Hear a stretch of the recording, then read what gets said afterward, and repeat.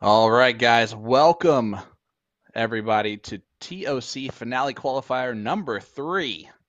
I'm Sean Green, joined by the GOAT, William Stewart, USA Darts, Partners Promoting Darts, here for this TOC Finale Qualifier. Will, what's up, brother? Hey, how's it going, Sean? Oh, it's good, man. It's been a little chaotic early on here in the stream, getting it going and all that good stuff. It's amazing how much we miss Nick when Nick's not here. That is the truth, man. It's a little bit different when we're running the stream now. So forgive me as I panic here and try to control everything in the background. So we'll figure it out along the way as we see a little bit different view than we're used to. Yeah, it's a great view. If we can get the camera systems to work with your system, I think everything will turn out to be just fine. But in the early running, guys, we're just gonna have to figure this out on the fly. But we talk about a cuteness factor straight out the gate. Wes White, uh, granddad is hanging out with his granddaughter there. Yeah, What a cutie pie he's that is. enjoying that granddad. Look at that, just getting a big hug there. Can't go wrong. Carly's in the chat, being super nice to you. Oh, I'm sure she is. I'm sure she is. I wonder what she's even saying as I'm trying not to even Said look at that right average now. work, Will Stewart. Average work, Will Stewart. Yeah. If our system was working right now, it'd be better. All right, well, let's talk about this one. Wes White playing out of Sioux Falls, South Dakota at the Wooden Nickel. That's what we're seeing this perspective of. And he's taking on Todd Wigman. Todd Wigman actually is playing CSC Challenger Series Division 2. He's on the stream match on Wednesday night. So our first look at him, a little preview for Wednesday night. Yeah, looking forward to our Wednesday night matchup. Who we got on Monday, by the way? That would be Mike Carter taking on some guy named Rick Hensey. Oh my lord, that should be Yeah. a fantastic matchup. Well, this is interesting. We've actually gone out to eat with Todd Wigman before. Yeah, Um, when we all went to that Brazilian steakhouse in Kansas City. a beautiful Brazilian steakhouse. That Yeah, it was was a delicious. nice one. That was a nice one indeed. As we get a little bit quicker scoreboard, but we'll figure it out here. We're Yeah, it looks like Wes is a little bit behind on the score. Just watch the scoreboard, guys. yeah, let's just say that. Let's just watch the scoreboard, but we're Yeah. figuring it out here along the way. It is a little bit more difficult than Mr. Nick played it out to be. Let's just be honest. Yeah, he made this thing look way easy, didn't he? He tries to. That he tries to. Well, all right. This is a race to 2. They are on the winner side here. This is bracket number 6. There are 6 men's qualifying brackets today. There are 3 ladies qualifying brackets today. As Todd Wigman does take leg number 1. So we'll move on to leg number 2, where Wes will shoot first. A 4.43 from Todd Wigman's pretty darn good. But we have 288 players competing for a place in one of the 3 finale levels at the 2023 Tournament of Champions in Kansas City, Missouri.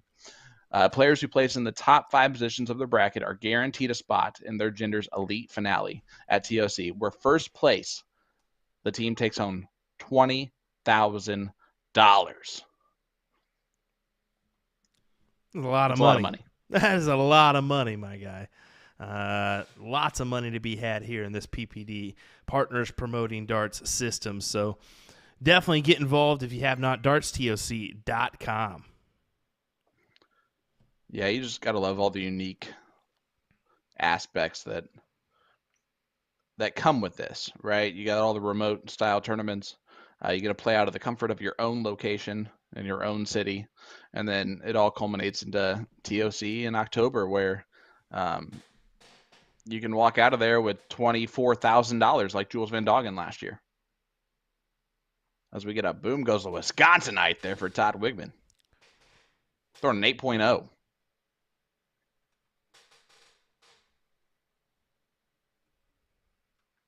Our first one of the stream. Figured I'd Yeah, add we'll a little take it. 9 mark counter here. Jeremy's saying that's the youngest daughter, so I was wrong, which is, of course, um, you know, a big no-no. You can't really do that, I don't think, and calling him grandpa when it's youngest daughter.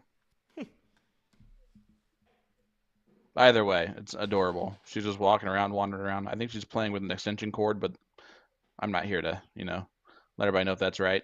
Wes White on the 16s, getting himself a 9 mark. Look at that. At least he's enjoying himself, having Yeah. a go with the darts here for this TOC qualifier, as well as having the little one next to him. Yeah, look at the average here in this leg, a 6.5 to a 5.75. This is darn good here, bud. As the little one in the background trying to go plug that in somewhere.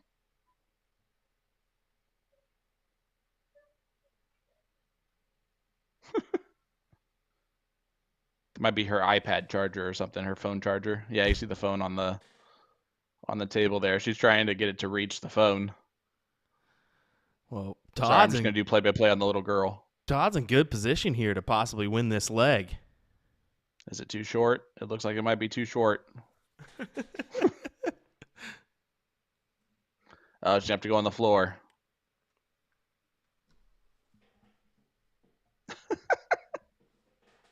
Sorry, I'm gonna stop looking in the background. It's just cute. You can't help it, man.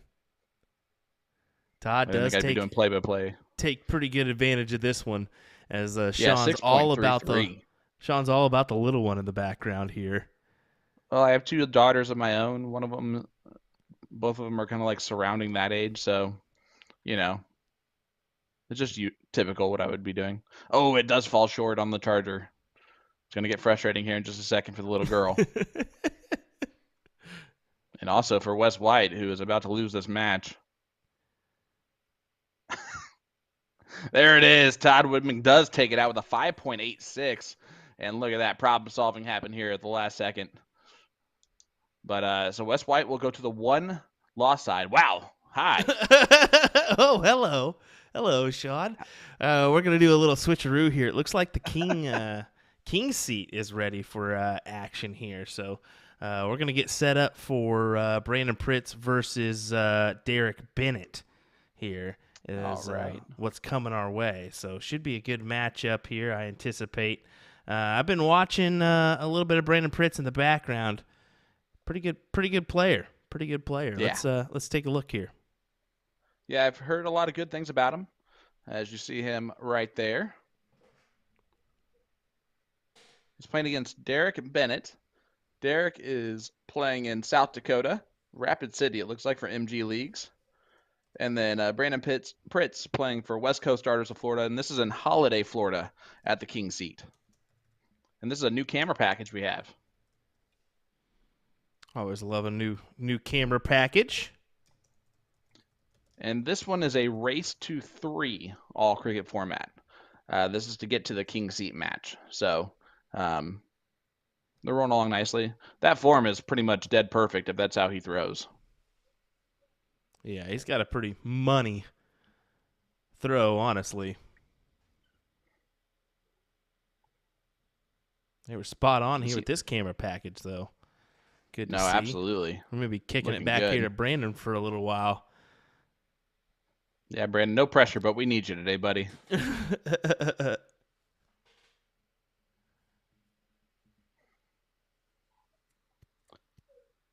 Thank you so much for joining us, everybody. Sean Green, Will Stewart. Look at that. Fodder in the chat again today on Saturday.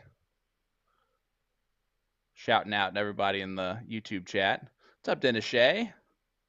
Dennis Shea works for Printing Partners, one of sponsors of our To The Point streaming show. So Brandon's in bracket number 4. And on the bottom half, Michael Buckley and Tyler Feltz. That's kind of an interesting matchup there too, as well. I don't know if you know any of those individuals. Tyler from Wisconsin, and Michael from Illinois. Yeah, from Streeter, Illinois. So that's around the same area as Mike Maloney. So interesting. I do not know their games very well. Michael Buckley sounds familiar to me, but that could be a Midwest thing. Kayla Spurgeon says, I guess we aren't canceling the qualifiers for my B-Day weekend. Of course not. Happy birthday. We're bringing you the qualifiers. This is the clearest picture ever. We can tell he's throwing the gambler flights. Look at that. Boom goes the dynamite there for Brandon Pritz, a white horse on the board. Yeah, it is nice to be able to tap into these cameras remotely, no matter where we're at. I mean, Nick usually handles this business for us, but this week he's taking a little family time, and I was tasked with the camera package this weekend. So honestly, just to be able to do this and put out a product for you all to enjoy, because these qualifiers are important. That is nice. Brandon not happy there, but he'll be back. But yeah, these qualifiers are very important. It also gives us a nice little storylines going into actual TOC. We will have witnessed a lot of these guys play in person, remotely in person, before we get there. So it gives us a lot to talk about, which we're always excited about. But yeah, we heard a lot of good things about Brandon Pritz. Got to try to find it here as he points at the board and says, "Come on, man, you got to hit this one." Brandon, don't make me out to be a liar, buddy. Uh-oh. It's not in winning dart territory yet, but Derek can throw some bulls in there. That might make it a little bit closer. He's not going to. All right, Brandon. Third time's a charm here, buddy. As we roll on bracket 5, Jeremiah Millar playing today, which is unfortunate for bracket 5. He's taking on Chris Maloney right now in the race to 3 to get to the king seat. And the other half of that is Chad Pint and Lyle Campbell. That's bracket 5. Leonard Gates is in the mix as well. What bracket's he in? I believe he's in 1, but I will check that in just a second. In bracket 3, you got Grant Vandera and Terry Konklaski. I messed that up so bad. And then the bottom half, Indy's Lee Jones taking on Minnesota's Tyler Hinsey. And that's a good battle there. I hate to inform Tyler of this, but Lee is the best soft-hit player in Indy. Yeah, Lee Jones is a quality shot indeed. Yeah. Definitely want to play him at some point in my darting career. It's not fun.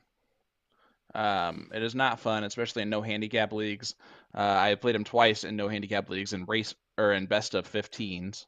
Well, like you play all 15 legs.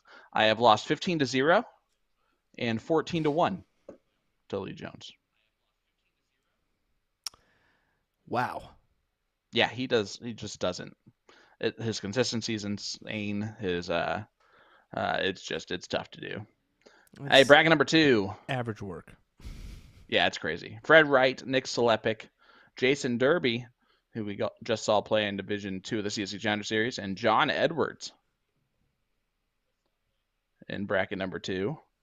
And then that brings us to bracket number 1, which I guess Leonard will be. And they're still a little bit behind. James Edwards also in this one, taking on Tyler Holmes. Tim Morrison, Leonard Gates, Scott Dunaway, Kevin Weiser, and then Derek Hinkle, the first one to the top 4 there. On that side is Brandon Pritz making work. Yeah, I was just about to say, he is going to work here. 6.67 on this one. Yeah, not anything wrong with that, to say the least. Tidy. That's tidy. Although I guess I'm going to have to update this old...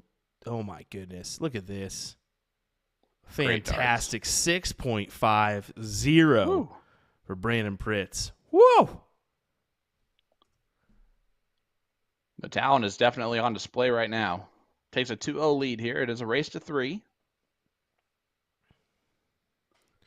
Johnny Lackey. Let's talk what they're playing for. Oh, sorry. Go ahead. Oh, I was about to say, just Johnny Lackey is underway against Chad Segelski.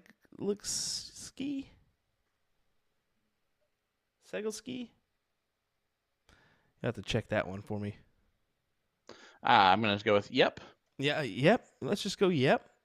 Yeah, but he is underway, so I'm just kind of dabbling in that one. That's the first leg on the board for them. Well, there you go. So we're Might check over there at Thirsty, see her after this one's over. Yeah, it's got to be tough to have to watch all of the cameras while at the same time watching the match that is live and listening to me have to talk. And James and Edwards also, is playing Tyler Holmes as well. Yeah. So that one's underway. That's just getting underway. Okay. So we'll see where we end up after this match, but that'll be our first look at Indy at Night Owls Saloon in Indianapolis, Indiana, for James Edwards, who won a last leg decider against Tyler Hensey on Wednesday in a absolute battle on the dartboard.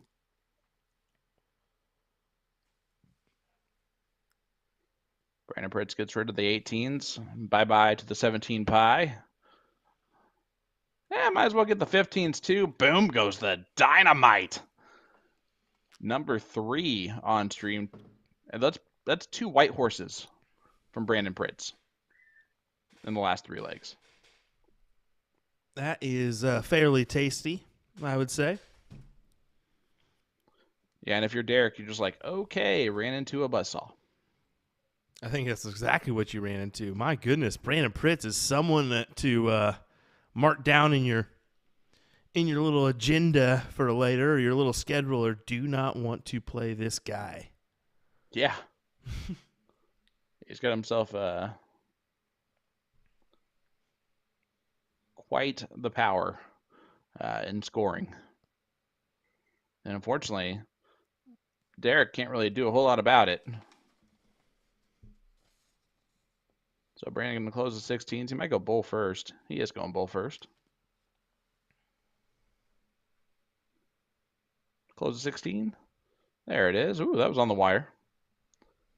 Hey, it's Derek's birthday today. Happy birthday, Derek. You ran into a buzzsaw. That's what we got you for your birthday. It's a gift that just keeps on giving.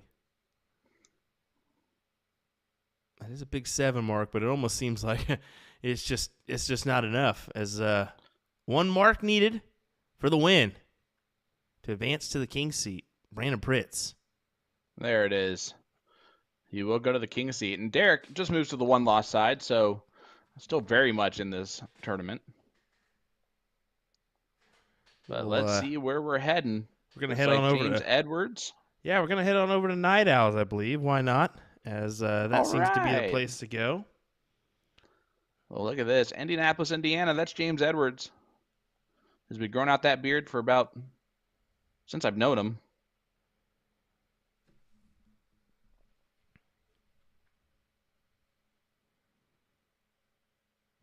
He takes on Tyler Holmes in this one. I believe it's a 1-0 advantage for Tyler, if I'm not mistaken. It would look like it, based on Tyler going second, and this being leg number 3.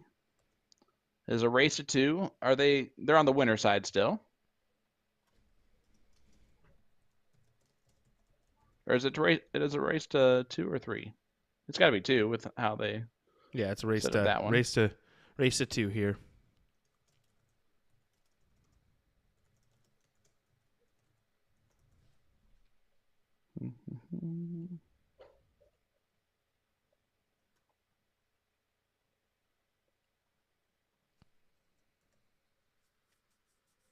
Well, that's great darts there from James Edwards. His wife Sierra is in the background sitting down on the chair with her legs up. Isn't that fun? I even know the people in the background.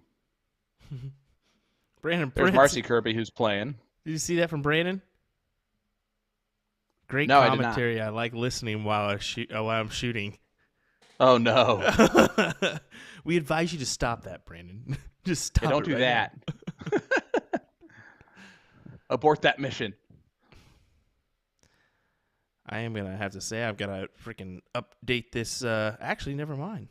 I thought I had the old Twitter handle on that scoreboard. Nope. I'm going to have to add the old X logo now. Oh, yep, there you go. Unfortunately. It'll always be Twitter. Big darts there from James. Nice 7 mark. Yeah, again, this is the second half of the match that will be on stream for the CSC Wednesday Division II matchup, James Edwards. We saw Todd Wigman win his match earlier. Tyler Holmes has quite the mustache. Did you see that? I did not. Man, you're going to have to look at his player screen after. Two great pieces of facial hair on stream right now. James almost has the Amish beard going on. That he does. That he does. I will second that one. He might be from Yoder, Kansas. So we do have an Amish community just outside of my my hometown. Well, the fact it's called Yoder, that's just all of it. Fantastic restaurant there, though, I must say. Family style. Oh, I can only imagine. Good old family style dining. Little Saturday breakfast buffet, I'm going to guess. Oh, my God. Don't even get me started. Yeah. Fantastic going to look stuff. at the bowl. Decided extra close the 15s. But looking good here in leg number 2.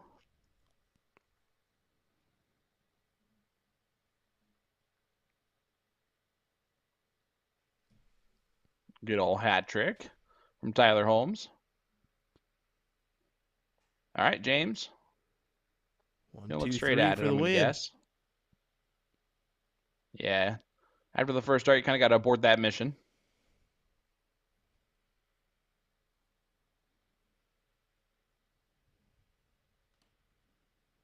Yeah, again, a lot of players playing at Night Owls today. They just renovated, and it looks awesome. This camera package is new as well here at this location in Indy. I was surprised by that. I don't know if it's a good thing or bad thing, but like the rule that they just made that came out recently. There. Which one? The smoking, non-smoking deal. Oh yeah. So they had like a weird situation happen, which kind of led to all that, and so I don't know if they're back to smoking yet, but they're gonna be shortly. Good old Indy, as James does win leg number 2, 4.16 gets it done. It's not uncommon. We have it in Oklahoma as well. You can smoke in private clubs here in Kansas. I'm going to share this to Indy Darts. Yeah, last really leg decider quickly here between these two.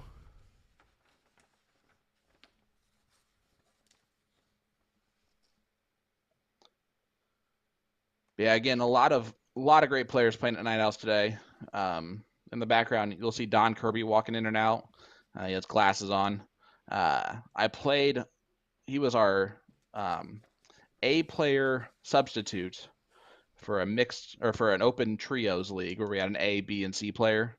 That was my first time ever meeting him. And he averaged a 5.06 for the entire day in a triples league. And he didn't stop talking the entire time. And none of it was talking about darts. I mean, he'll talk and talk. You'll see him walk over to Sierra, lean in, say something to her. He's looking for someone to talk to the whole time he plays. And it'll be about random stuff. Some people are just like that, man. Some people are like that. I love Don. But you do have, you said Don Kirby. You've got Danny Kidd, Lee Jones, Mike McKimmey, Marcy Kirby, and Heather Walters there at Night Owls. As we can't forget, we do have some magnificent ladies playing in some qualifiers this weekend too. Hopefully, we'll see if any of our players go out. Hopefully, they'll get shuffled over where we can get some ladies as well on the stream. Yeah, and the two ladies that you mentioned from Night Owls there that are playing today, Marcy Kirby, the better half of Don Kirby. She's an absolute saint. She's one of the top shots in Indy for female players, and same thing with Heather Walters. Both of them are very good. I think Heather's still on the winner's side, if I'm not mistaken, of her bracket. James only a 2 mark to get started, so he's got a lot of work to do now to drag back in here. But guys, hit that like button, hit that share button. Live here for the TOC finale qualifier. That's Heather Walters in the background, actually, wearing the autism awareness jersey.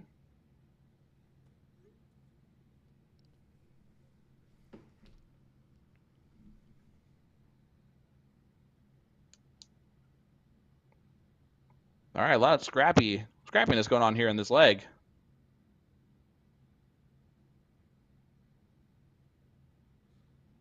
Yeah, definitely getting a little scrappy here. Is who's going to advance is the question. Both of these individuals throwing a 2.33 right now, so anyone's match really. Who's just going to take advantage?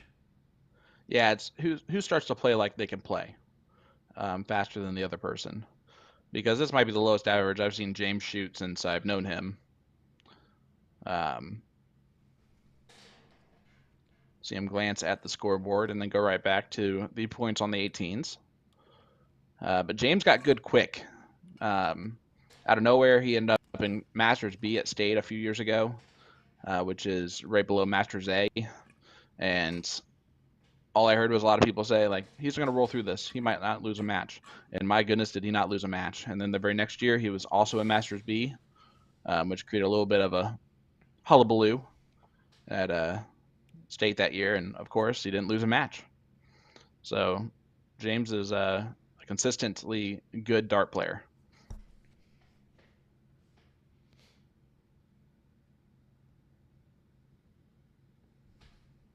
Five mark there for Holmes. Edwards has an opportunity to take advantage here, close out the 19s. He took his look. Now he's going to go back. Good switch back up to the 18s. Go ahead and try to pad that advantage as much as you can. Yeah, smart darts there.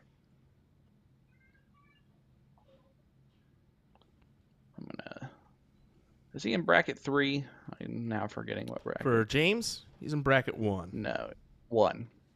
Yeah. So the same bracket as Leonard.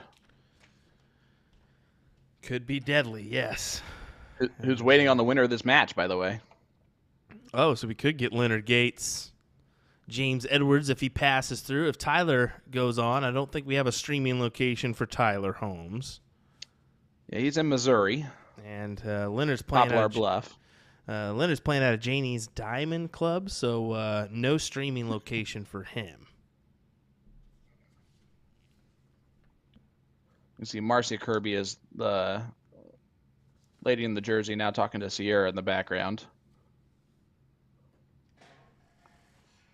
Another one of those top shots in Indy. So here we go. James got a lot of work to do. Got to hit a lot of 18s. Needs more of those. He's going to... Ooh, he looked down and hits it with a 6-point disadvantage. Look at that. There's Tyler Gates in the background. Walking into frame. He just wanted some camera time. Just a little bit. Just a little bit. No, I love Tyler. Everybody wants a little camera time now. Come on now. Hey. James going to look down. Only closes it. Call that the bare minimum. If you're Tyler, what do you do here? You close both? You certainly take a look. Problem is that you don't have that other number to go to. So, yeah, I mean, smart move, opening up a 15 at least there. Got something to play with. But quickly can be closed now. Over to close. Yes. Huge. Big 9 mark from James Edwards. Boom goes the Hoosier. How about that? I love it. I love it. Our fourth 9 mark of the day. Jeremiah Millar, what's up, brother? Jeremiah doing work in division or in bracket number 3, I believe. I love it. He just said, "What's up, Sean?" Just left me completely out of it. Understandable. It is. I mean, James, another 6 mark there. Now has the absolute advantage on the leg.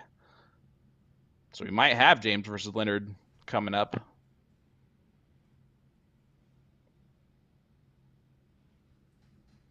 Where James will be the first to tell you he's got to raise his game from where he's at right now.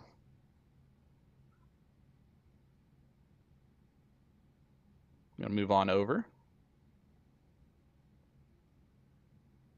Oh, that was a tough bounce out. Well, Tyler can't win it here, but he can do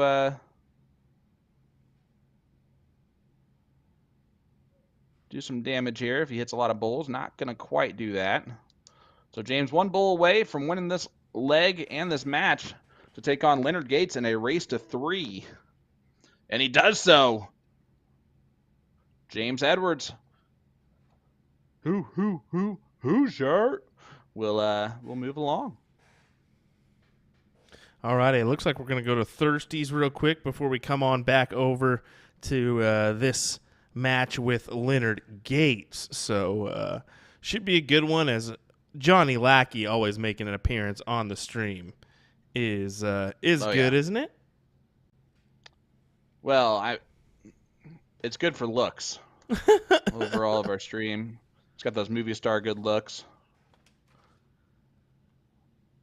But it looks like we're heading over. This is leg number 1. Johnny is, I'm sure you just said this, but set this one up for us. Johnny Where's he at in the Lackey bracket? playing Daryl Jones. I do not know on that one, actually. I haven't taken a peek. I think it's 1-loss bracket for Johnny, if I'm not mistaken. 2 out of 5. So, yeah, I mean, best of 3 here. So I believe this format is Cricket 01 in the last leg decider.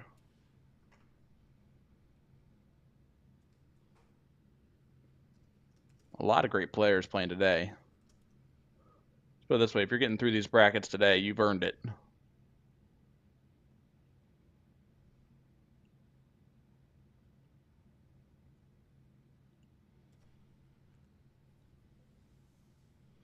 And like I said, I'll keep an eye on that James Edwards scoreboard there, so we can hop on over for Leonard Gates versus James, as that should be a good one. And also Brandon Pritz, because his match should be coming up here in no time for that king seat, if I'm not mistaken. Yeah, that should be what's coming up. So a lot of great stuff heading our way. Guys, hit that like button, hit that share button. Right now, Johnny Lackey taking on Daryl Johns. Daryl playing out of Playmore Coin Op in Sullivan, Missouri. Aw. Johnny getting a kiss from a fan, and another fan wondering where his kiss is. Makes sense. Daryl is is playing out of Sullivan, you said? Yep. Okay, so that's Playmore actually Coin Op in Sullivan, Missouri. That's actually PPD headquarters there in Sullivan. Hey-o. So he's playing out of down the street from the PPD spot where Carly and Kayla and all them are. Could be playing at the Eagles.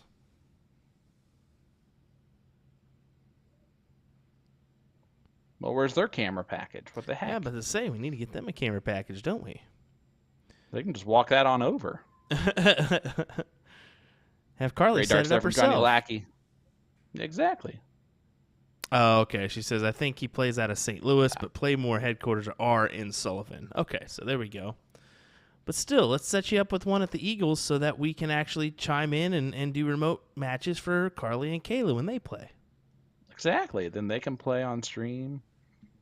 Big darts there from Johnny Lackey. Takes out this one, leg number 1. 5.29 from Johnny. The winner of this one plays against Phil Gilligy and Mike Gow. Aaron Ham, Jesse Gore in this bracket. Nick Selepic. Again, Jason Derby, John Edwards.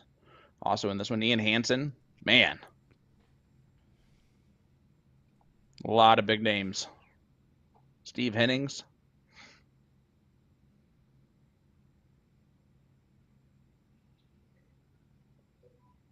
Good 4 mark there from Johnny, but not as much as Daryl's 6.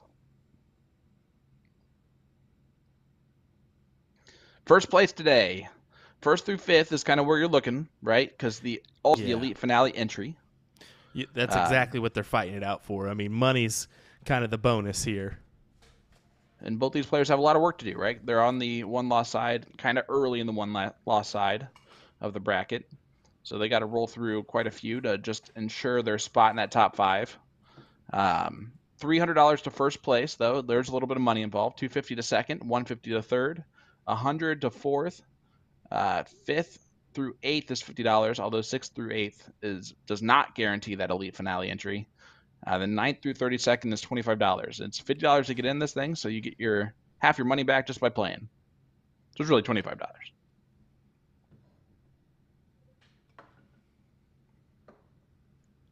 Johnny a little upset at the flight there. The one thing that I've noticed is when things get flighted often, it's because you're not throwing it firm enough. And so I've learned if it flights out and doesn't register what it was supposed to, that was my bad for the release. Say that to Danny Hansen, who throws his dart incredibly hard. That's just unlucky when he has bounce outs. Right. Good 7 there from Lackey, but is it enough? Daryl Johns could hit a big trip 20 and take a look immediately this 7. He does it already. Big move. How about this? Oh, huge that's 7 nice. Still for Mr. Johns. Yeah, that's pretty darn nice right there. Oh. Looks like Brandon Pritz is setting up for his king seat match with Tyler Feltz. There you go.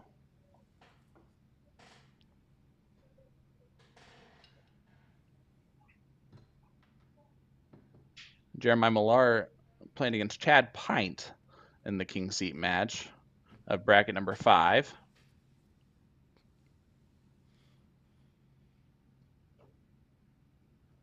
Mike Scarborough still rolling through with Mike Segal. What a momentum shift here for Johnny Lackey as he takes Big advantage. Darts. 15-point advantage for Johnny Lackey and only needing the bulls now. And John's missing outside, only able to close up to 16. This is for the match.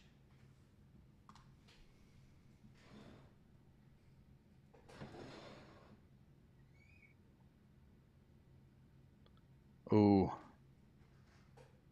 Oh, no. And it completely turns now.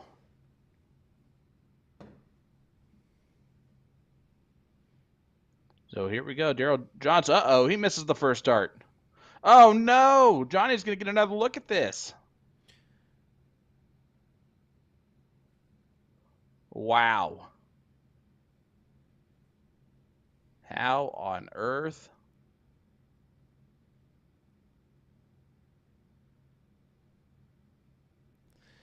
And he manages to get it. Wow, what a shot there as Johnny Lackey takes advantage of the 4.75 to advance. Sean, we're going to head on over to James Edwards versus Leonard Gates real quick because this one is just beginning. We figured we might as well head on over. So we're going to get the look from James Edwards here as he takes on Leonard Gates for what should be for the king seat? Yeah, this is to get to the king seat match. So this is a race to 3. All cricket. James will get the start here against Leonard. This is the type of thing that when you set up to play here, when you set up to play in these tournaments, you want these types of opportunities, right? You want to take on the newly Winmore sponsored player and Leonard Gates. How about that? Yeah, big stuff there for him. I was one of the secret ones that kind of already knew about that situation because, let's just say maybe, being over there at Windmill had its good opportunities per se. May have seen the goods already from Leonard.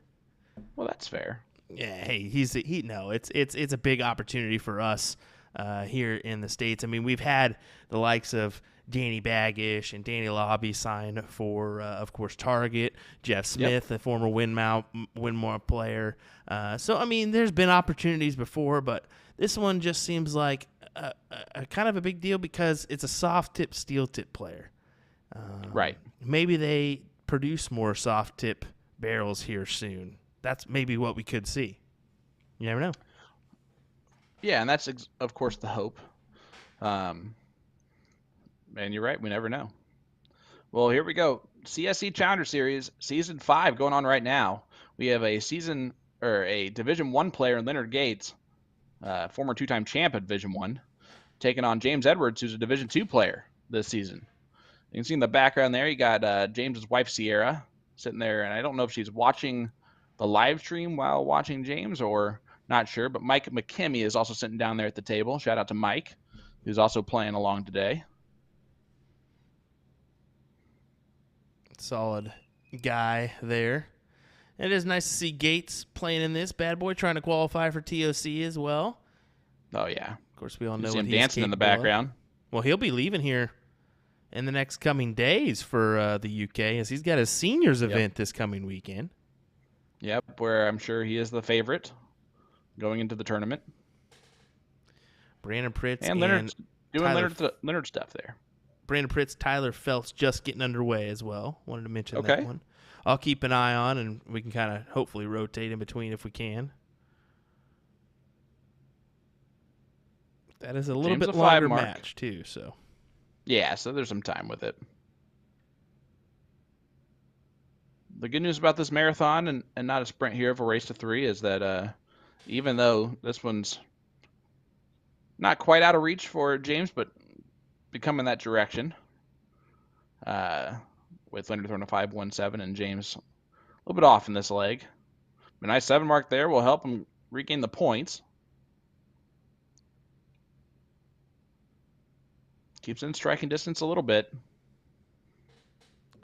There's some fantastic viewership today, Sean. Over 250 viewers right now for our TOC remote qualifier.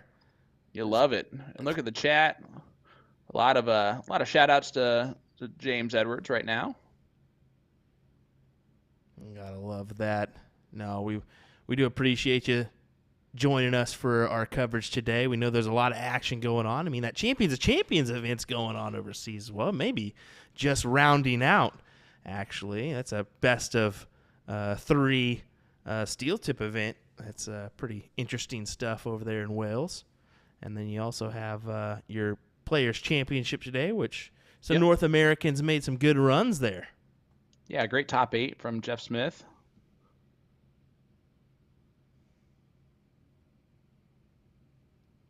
See the camera lagging a little bit, but James, after that first little guy, gets back the point lead. There's the point lead back for Leonard. And Leonard will take leg number 1. James made it a little bit interesting there. As we head to leg number 2. Yeah, guys, 280 watching along with this. Sierra, I miss you too. Hope you're doing well. 293 now. I'm telling you. This is the Leonard Gates factor, but it's also the James Edwards factor.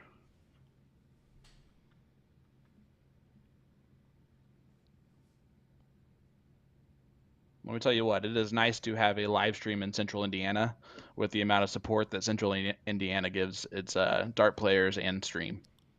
Well, you get a lot of support there for your Siege absolutely. Every Tuesday night, which is great to see. I mean, you have so many individuals from in Indy itself, as well as the horizons of the outskirts of Indy, as you've had some Cincy people, some Kentucky players as well. I mean, you had me on there and Nick DeShare at one point. So, yeah, it's really cool. Again, the support is everything for us, especially from our indie community. When we first started the stream, it was to promote indie dart players. That was the whole goal that we had, because we have a lot of great players in indie, just like James. And the fact that it's grown to what it is, and we're able to not just support those players, but players from all over our area, and for them to continuously agree to play on our show is kind of the miracle there. So huge shout out to Indy. That's why I'm so excited for this, for Night Owls. I love that we are on a national scene here and able to showcase a little bit of that talent in Indy. It's always good to see. Exactly. It really is. I mean, because I'm going to be honest with you, if you would have said James Edwards before this, I wouldn't have known who you were talking about. But now getting to see the individual, the face with the name, and the darts with the name, as he almost pounded in a nice 9 mark there. Look at the average of 6.0, 5.5. Yep, and James with a bit of an advantage here in this leg. See if you can hang on to it. Brandon Pritz takes the 1-0 advantage over Tyler Feltz in that king seat match. There he is. Huge. 7 mark closes.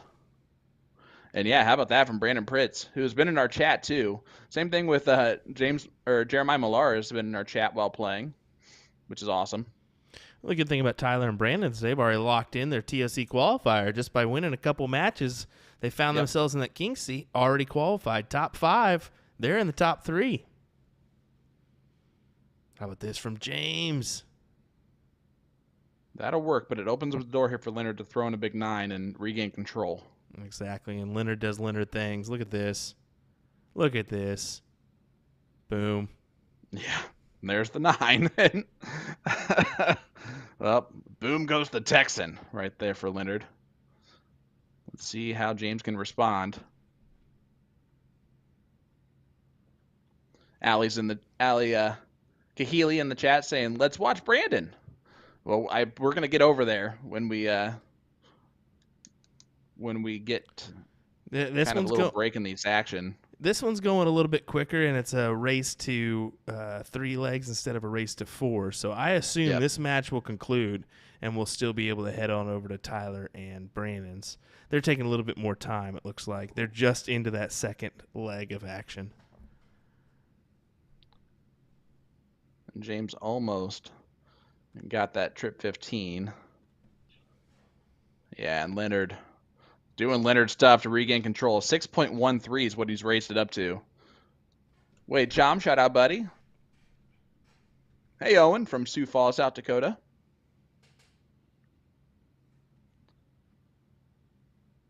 James gets 4 bowls. You can see how excited he is about it. Yeah, he had to take off of that step. But yeah, when you're averaging like a whole 1.5 below the other individual, makes it difficult. Well, and again, that's the thing about Leonard, right, is that he can just, like, put the gas pedal down. However, he opens up the door here for James. James winning darts, and not terribly difficult winning darts. 1 bowl needed before he can take a shot at the trips. Oh, and that's going to be annoying. That is definitely annoying if you're James Edwards, knowing you're that close to making this 1-1, and instead now you're going to go 2-0 down in this match. Possibly. Let's not put it out of realm, but it seems like it would be. Yeah. Yeah, Leonard closes the door on that one. A 5-6-9 at the end of the day, but again, he pushed. Leonard had to raise his game there halfway through that leg. Definitely. And my goodness, did he. So here we go. James has to win 3 in a row to defeat Leonard Gates. Yeah, Leonard, I think just waiting to see what's going on here. He might have left. No, we're good. I think there's feel like it's a race of 3 for Leonard side of that. Tim, what's up from Austin, Minnesota? James starting off with a good 7 mark there as he takes a look down to the 19s, tries to close those.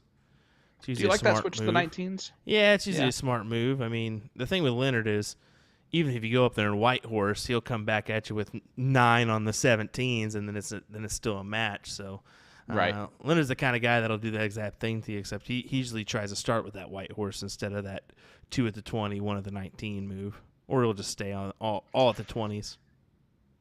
Well, there's an opening early here for Leonard. Honestly, when you think about it, that 3 in the trip 20s is the kind of the more eye-popping shot. So is the white horse rather than the 2 and the 1 and the 19. It still seems like you're alive there, doesn't it? It does. Yeah. No, you're absolutely correct. Trey, Trey. Yeah. Oh, let's say yeah. There's some brackets you can look at. Let me get you that link here, if I can. Yeah, the brackets are all on CompuSport. Leonard trying to play a little chess there. Tried to close the 18s on top of the 17s. That's just because of the X already on the 17s. See if James closes those first. He does. Point away. Oh, he's trying to be real aggressive here with Leonard, which is playing with fire, if you ask me.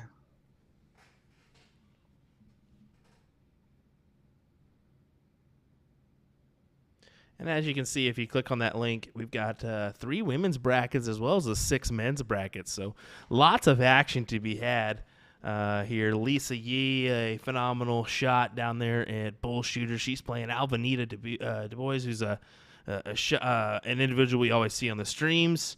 As well. Yeah, both of them might be at Bull Shooters. Yeah, both of them are at Bull Shooters. And then you got some Christian Parker at South 94, who's a good shot. Those are potential ladies we could see on the stream, depending on where they're at. And there's the white horse from Leonard. And he just timed that perfectly. He knows when to do it, man. He just knows when to make them happen. Is at 6 today for us on the 9 marks. So it looks like Leonard might take this one 3-0, but James only moves over to the 1-loss side, and I believe he's only one win away from guaranteeing that finale spot, which again is the whole goal of today, right? Like if you win this whole bracket, great. But if you qualify for the TOC Elite Finale for the chance at the $20,000 at TOC, that's the goal. That's why all these players are playing today. But, well, there's a point lead and a pretty decent one. Leonard's going to have to hit a treble before he can look at the bowl. Well, he did. Yeah, let's say he does that pretty easy, doesn't he? 3-0 win there for Leonard Gates. As we're actually going to, as mentioned, we're going to head on over to that Brandon Pritz match there at King Seat, as we'll do that. Yeah, and it is the King Seat match. So how about that? King Seat at King Seat. That is good how that works. As he's got some support there behind him, it looks like.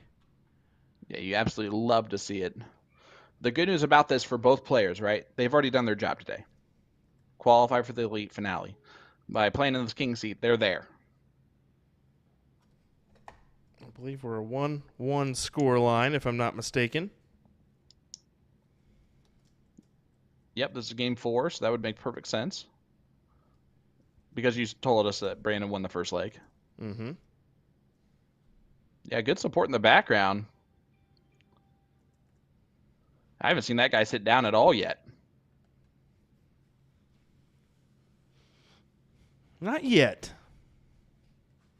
Not yet, but Brandon's probably still listening to us in the old headset here. He'll probably dead-eye the camera here in just a second. Say, yeah. Love those gambler flights. We get to put up with that at TOC this year. Unfortunately so, right? Who invited that dude? Oh, that's why. Or Rob Johnson's in the background. That's who that is. Ah, okay. And great win there from Brandon. Takes a 2-1 lead. Race to 4 here in the King Seat. 4.74. And for some reason, I just keep constantly forgetting. Well, Tyler Hinsey got past Lee Jones, by the way. Wow. That is a impressive win there for him. That's a big one. Looks like Tyler Feld's playing out of Wisconsin. Looks like Chris Watson's waiting on Ryan Westover there at Bull Shooters, as we want to mention that one. I do want to take a look at the Wood and Nickel as well, because Wes White is still playing there. Awesome. Which is, of course, we can see the adorableness of his daughter / or granddaughter, depending on what it is. Definitely so. I believe it's granddaughter.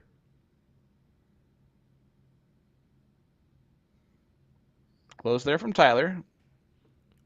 Gets the job done. Guys, can't tell you how much we appreciate everybody tuning in with us today. Excited to have a lot of support in the chat for a lot of our players.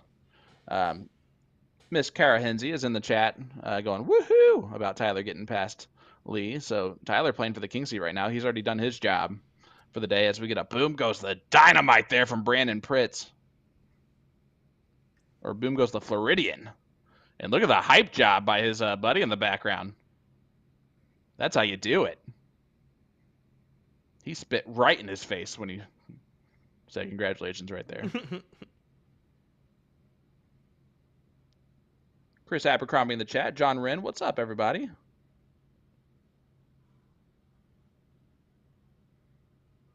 And a nice 7 mark to follow. That's how you follow up a 9. I don't know how to follow up a 9 like that.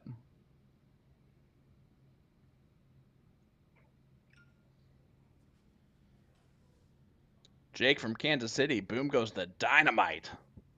I love it. You shout out to everyone in the chat. Where you guys tune in from? Let us know in the chat. We love to see that. And that not quite a look away, but what a heck of a 6 mark to follow the 7 and the 9.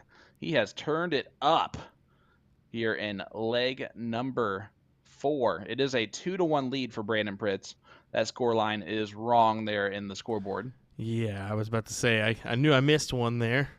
So I'm trying to keep my eye on other matches, too. Johnny Lackey now playing Phil Gilligy. As that match just started in its second leg. Brandon had a moment there. A bit animated about the closing out the bulls here in the cricket legs,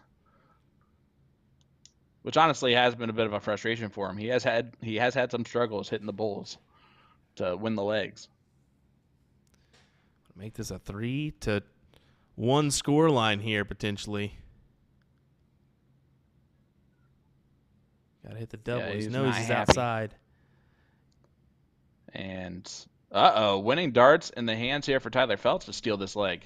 And again, this is the same situation that James Edwards just faced. It only takes one bowl to get a good look at it. Look at the agony on Rob's face back there. He was like, yeah, he's almost playing it out more than Brandon here. Oh, he can't do it. And again, the frustration by missing the first dart. Yeah, I can only extend the lead. What's up, brother? Chris Marcy Janik from Pittsburgh. How's it going? Is he staying up there? Yeah. Smart darts. Takes the winning darts out of the hands of Tyler. Allie says, Rob better switch them Crocs into sports mode. No kidding, the way he's getting animated for this bad boy. Hat trick there for Tyler. Brandon can do it here. Just needs to grab the lead. Does so with a trip. Needing 2 bowls for the 3-1 advantage. Yeah, he stayed up there. He's not going to move. Wow. He started playing around with this, and I'm okay with it. I mean, yeah, trying to solidify a little money in his pocket now.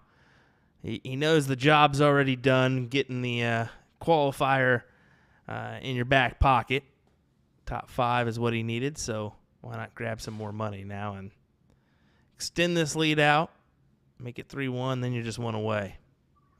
Well, now that you're here, you just want to win, you know? Yeah, might as well. I mean, what? It's a 300 for first, and what's third? 150. 150. Yeah. Yeah. So he takes it out, takes a 3-1 lead.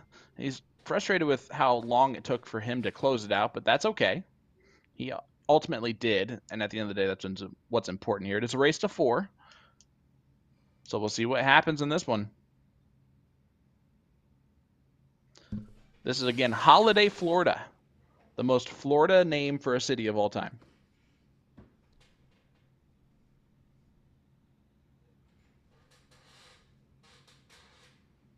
The most Florida name of all time. Holiday, Florida? Yeah, Everybody goes for holidays. That is. Vacation, Florida, that'd be a good one, too. Yeah, which I bet is a place.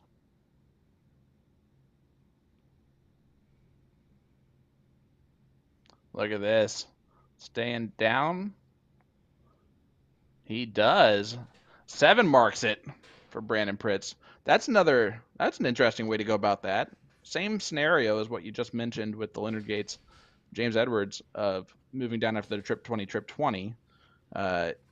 He decided to go to the 19s early there. How about this? Chris Watts and Ryan Westover in that last leg decider right now. 122 for Chris, 94 for Ryan Westover as they're battling it out here on the 18s and 17s. Interesting stuff there. That may be one. There you go. I don't know if that'll hold out enough to go take a look, but, man, that would be an interesting one to do so as Chris Watson tries to hold on to life here in this qualifier. And Tyler Phelps trying to hold on to life here in this match. Nice 7 mark from him. Again, we had 288 players competing for a place in one of the 3 finale levels of the 2023 Tournament of Champions in Kansas City, Missouri today. Players who place within the top 5 positions in the bracket are guaranteed a spot in their Genders Elite Finale at TOC, where the first place team takes home $20,000. This is, of course, the 3rd qualifying weekend. We got one more. It is September 9th, which I might be available for, but I might not be with the Championship Dart Circuit weekend number 4 going on in Indy. That weekend as well. What a great 8 mark there. Sorry to interrupt you, buddy. Yeah, it's huge. No, that's all right. It's huge. Yeah. You didn't quite interrupt me. You held on. That was nice of you. Let us know whether you're going to be doing that production or not.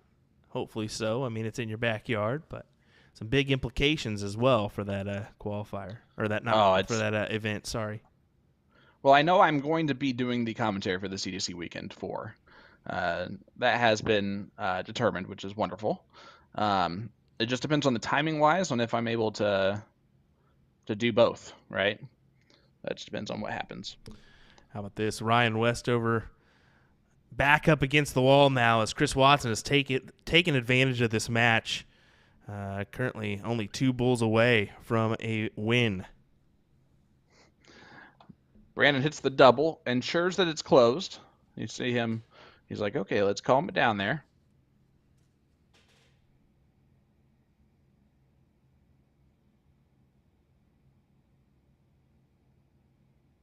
One of the gentlemen that's drove the furthest to play on the Siege in the chat here, Mr. Paul Rogers. He had a 5-hour drive just to play on our show, and then it was a 5-hour drive back that night. So a huge shout out to Paul. He basically supports every dart stream out there. No, he really does. He's always in every stream. If I pop it open for a second, he's always in there just supporting. So It is good to see. It looks like Chris Watson did win over Ryan Westover. Okay. I'm just going to take a peek here at that bracket for him. He is in bracket number 5, ladies and gentlemen, if you're wondering on CompuSport. You can take a look at that one. I'm just going to see who he potentially has next so we can maybe take a look at that match if we get lucky. And Leonard Gates is taking on Derek Hinkle. Looks like Raymond Reddington is who he's going to play next in the top 16. But Chris Watson seems to like those loser side last chance brackets, doesn't he? Oh, yeah. Well, to say if his back is not against the wall, he doesn't throw well. And I mean that in the best way possible. He's just like, why try today when you can try next time? Jeremiah Millar on the king seat in bracket number 5. So that one is determined.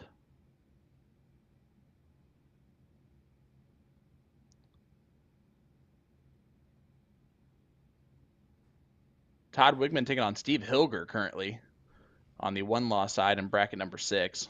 Well, there we go. It looks like Brandon Pritz does pull off the victory, though. 5.35 there in that match for a 4-1 win. So I'm just taking a quick peek at all the other brackets. It doesn't look like we have a match currently.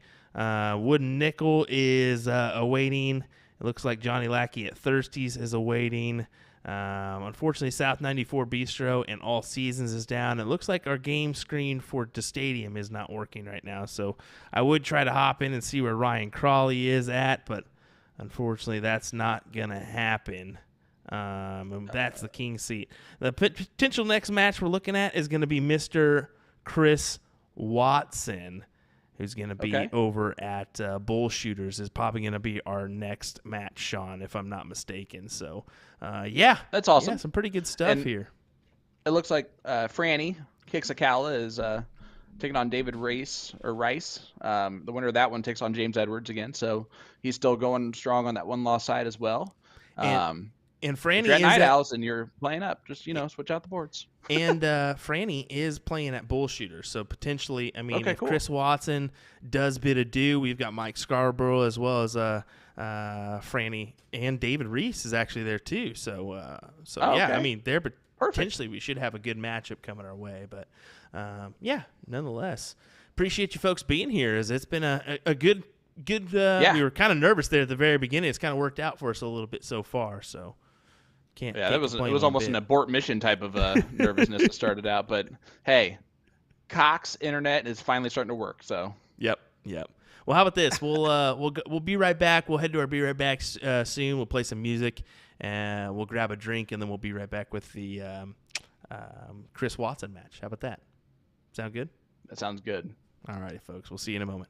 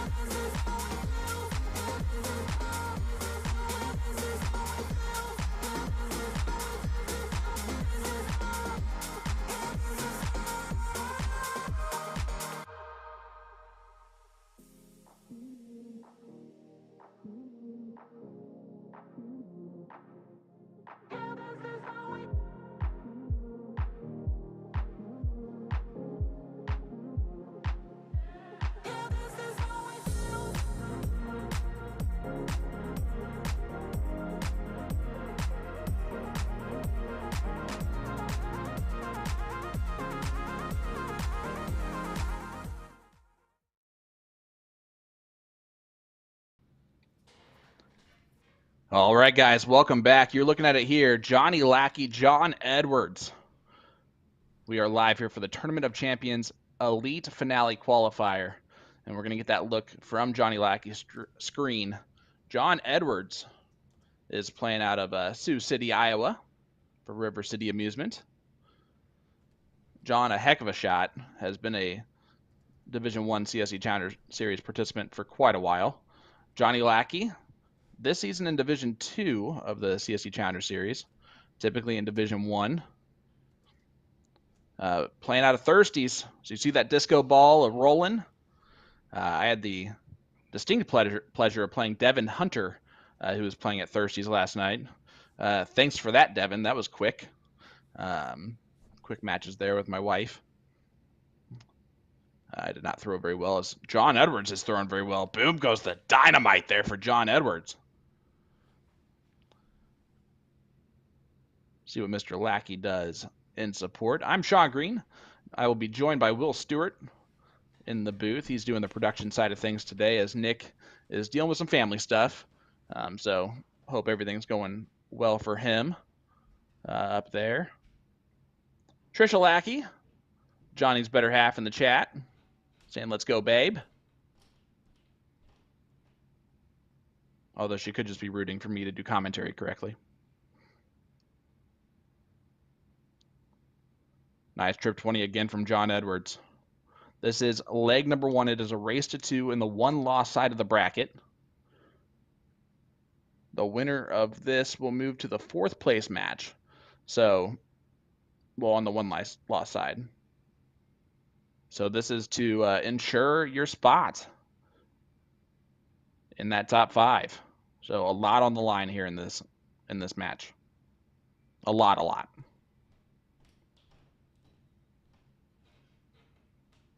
Guys, go ahead and hit that like button, hit that share button. Let everybody know we are back live. I know we took that break, but it was a very quick one, as we got a lot of action heading your way today, streaming out of multiple locations, including Thirsties here for Johnny Lackey. We got Bull Shooters in Phoenix, Arizona. We got the stadium that is not working currently. King Seat. Brandon Pritz is sitting in the king seat there, so we're going to get that final automatically. So a lot of great stuff heading our way. Nice 5 mark again for John Edwards. He's throwing well. But Johnny Lackey throwing a 5.75 to try and stay in this. Look at this. Oh, I don't know if I would have been super distracted at the fact that second dart fell out a little bit late while Johnny was throwing dart number 3.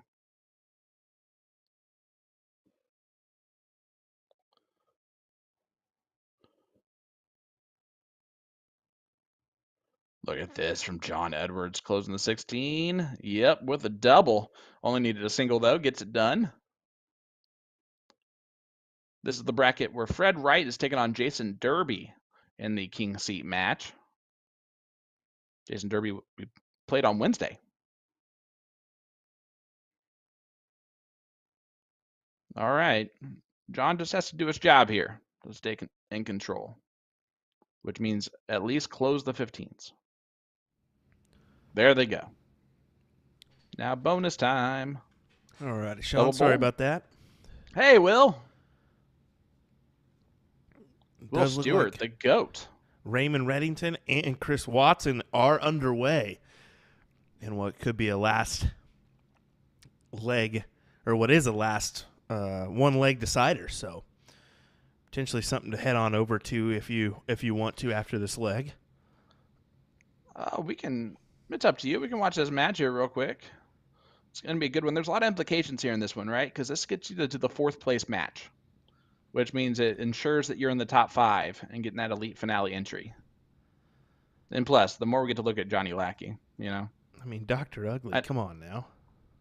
Either that or Trisha's going to leave the chat. And Alyssa Evans, who says, "Let's go Lackey. Come on, buddy." Well, how about this? We'll keep an eye on that other one. Maybe switch in the score line there so you can see a different screen and take a peek at what that score line is on the other board. Ooh. Matter of fact, I'll do that right now because big moments here. Chris Watson right there. You know who wouldn't do that? Nick. That's a big score line. Look at that, 150 to 108 for Chris Watson. Yeah. We'll switch back. Didn't miss a dart. Look at that.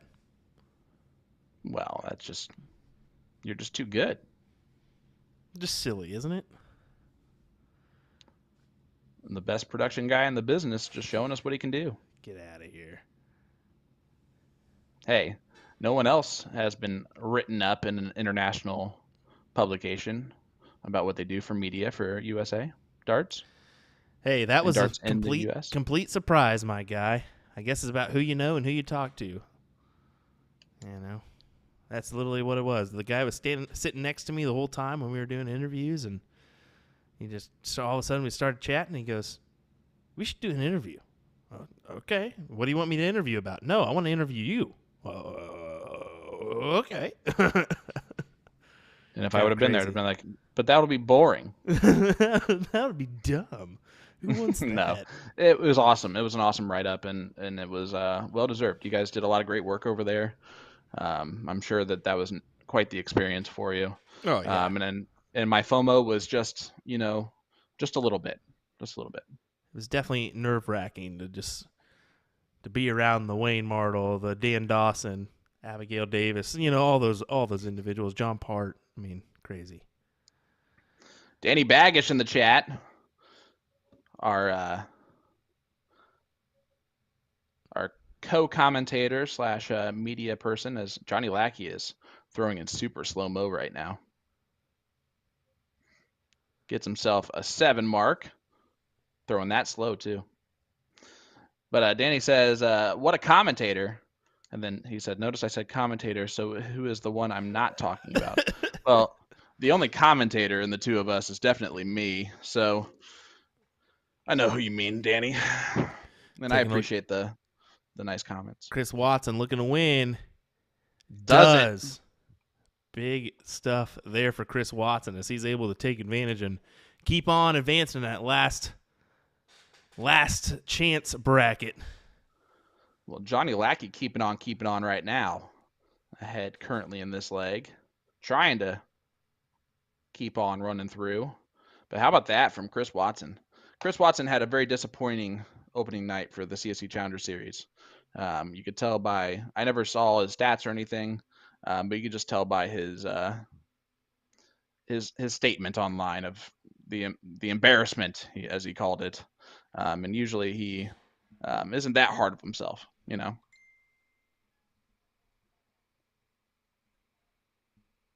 But that's where he ends up dominating, right? He goes from losing the very first one to just, rolling through from there. Well, the highest average for Division II this week, are you ready? Let's hear it. Was a 4.80 from a losing player. And that being Tyler Hensey. Wow. Tyler was first. Jamie Kopp had a 4.78. Richard Sturbins, 4.72. Jordan Meyer, 4.71. And then James Edwards was fifth with a 4.70. I mean, just how close are those averages? 4.54 for Todd Wigman. So Wednesday's matchup is a 4.54 to a 4.70. It's going to be a good one.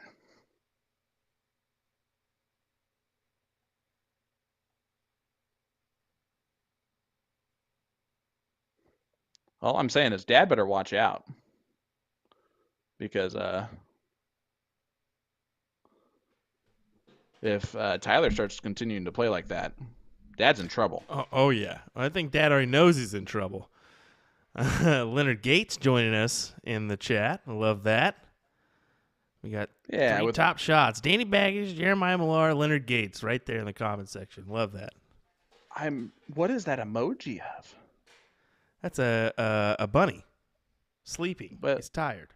Is it? Because it looks like there's like a puddle below the bunny, like he wet himself. That's an underglow, sir. Ah. Oh. But good imagination, sir, as we say to the young kids too. Good imagination. Looks like Wes White is stepping up here, setting up the board at Wooden Nickel. So we'll see who he's playing potentially. It looks like Jamie DeGroot. Okay, that's a good one. That's a Wisconsinite. Yeah, that should be a quality matchup. Wes is playing in bracket number 6. Once again, that Copy Sport link, as we gave you earlier. He's playing Grandpa and darts today. Well, apparently, it's daughter, as Kayla texted me. So okay, we better just watch it. We'll just watch it. It's Wes, adorable. I'm sorry. I love you, brother. I love you. Don't kill Wes, me. Listen, I'm impressed. And also, God bless you, sir, for having if I'm ever 38 and have another kid, which is how old Wes is, right, by the way. Give or take. So this is the first loss bracket for Wes and Jamie. So we'll take a look at that one probably next, as the winner will advance to take on Mike Scarborough. Well, look at the format. This is the 501 open and open out full bowl last leg decider, which means that the diddle means a lot. And right now, John Edwards with the advantage, but only a low ton. And there's a hat trick from Johnny Lackey. Put it on the counter, as our friends from Utah would say. How about this? Mike Segal, Taylor Hedman. Looks like Mike just won, because you've got Steve Hilger, Mike Scarborough, Wes White, Jamie DeGroot, and then Taylor Hedman left in that bracket number 6. That is not all those guys are going to get a elite finale entry. No, that's an impressive bracket. It's all about luck here. Who are you going to draw in your bracket? It could be a tough trip to the top 5, or it could be an easy trek. That was an interesting move there from Johnny Lackey. that he didn't try and set up an outshot. He just went hat trick again, but it's not. It might affect him. John Edwards can take out 135. That's not an abnormal finish. It's just bullseye trip 15 tops. But Johnny can put a lot of pressure on by staying pretty much perfect. And he's not going to. He does that'll add work. pressure. Yeah, he does add some pressure here, but let's see how John Edwards goes about this. This is for the match, ladies and gentlemen. 135 could go. Jeremiah, no. If you, it's going to be a race to 2 in the finals. Oh, how about the trip 19 for double 14? Ooh. Oh, he missed it. Oh, no. And Johnny with a big opportunity. This is just a typical bullseye trip 15 route. I know that seems weird, but it's open out. Especially with the open out. Yeah, definitely. That would be the way to go for it. Oh, no. He leaves a bogey. Unfortunate for Johnny Lackey. Yeah, Jeremiah, it just depends on it. It's whoever has the highest. So, and it goes back now to a race to 2. But it's all cricket. If you lose once, then it's cricket 01. If you lose twice, then it's the last leg decider of all cricket. That's how the finals will work, buddy. Andrew Matlock in the chat. What's up, Drew? Long time no see, bud. Elliot Milk says, clear your throat. I don't know if that's to you. I'm going to guess it's to you. Jamie DeGroot will get the start against West White as we're live at the Wooden Nickel. And I can hear my baby is being a bit of a Sour Patch Kid out there, and it's sour now.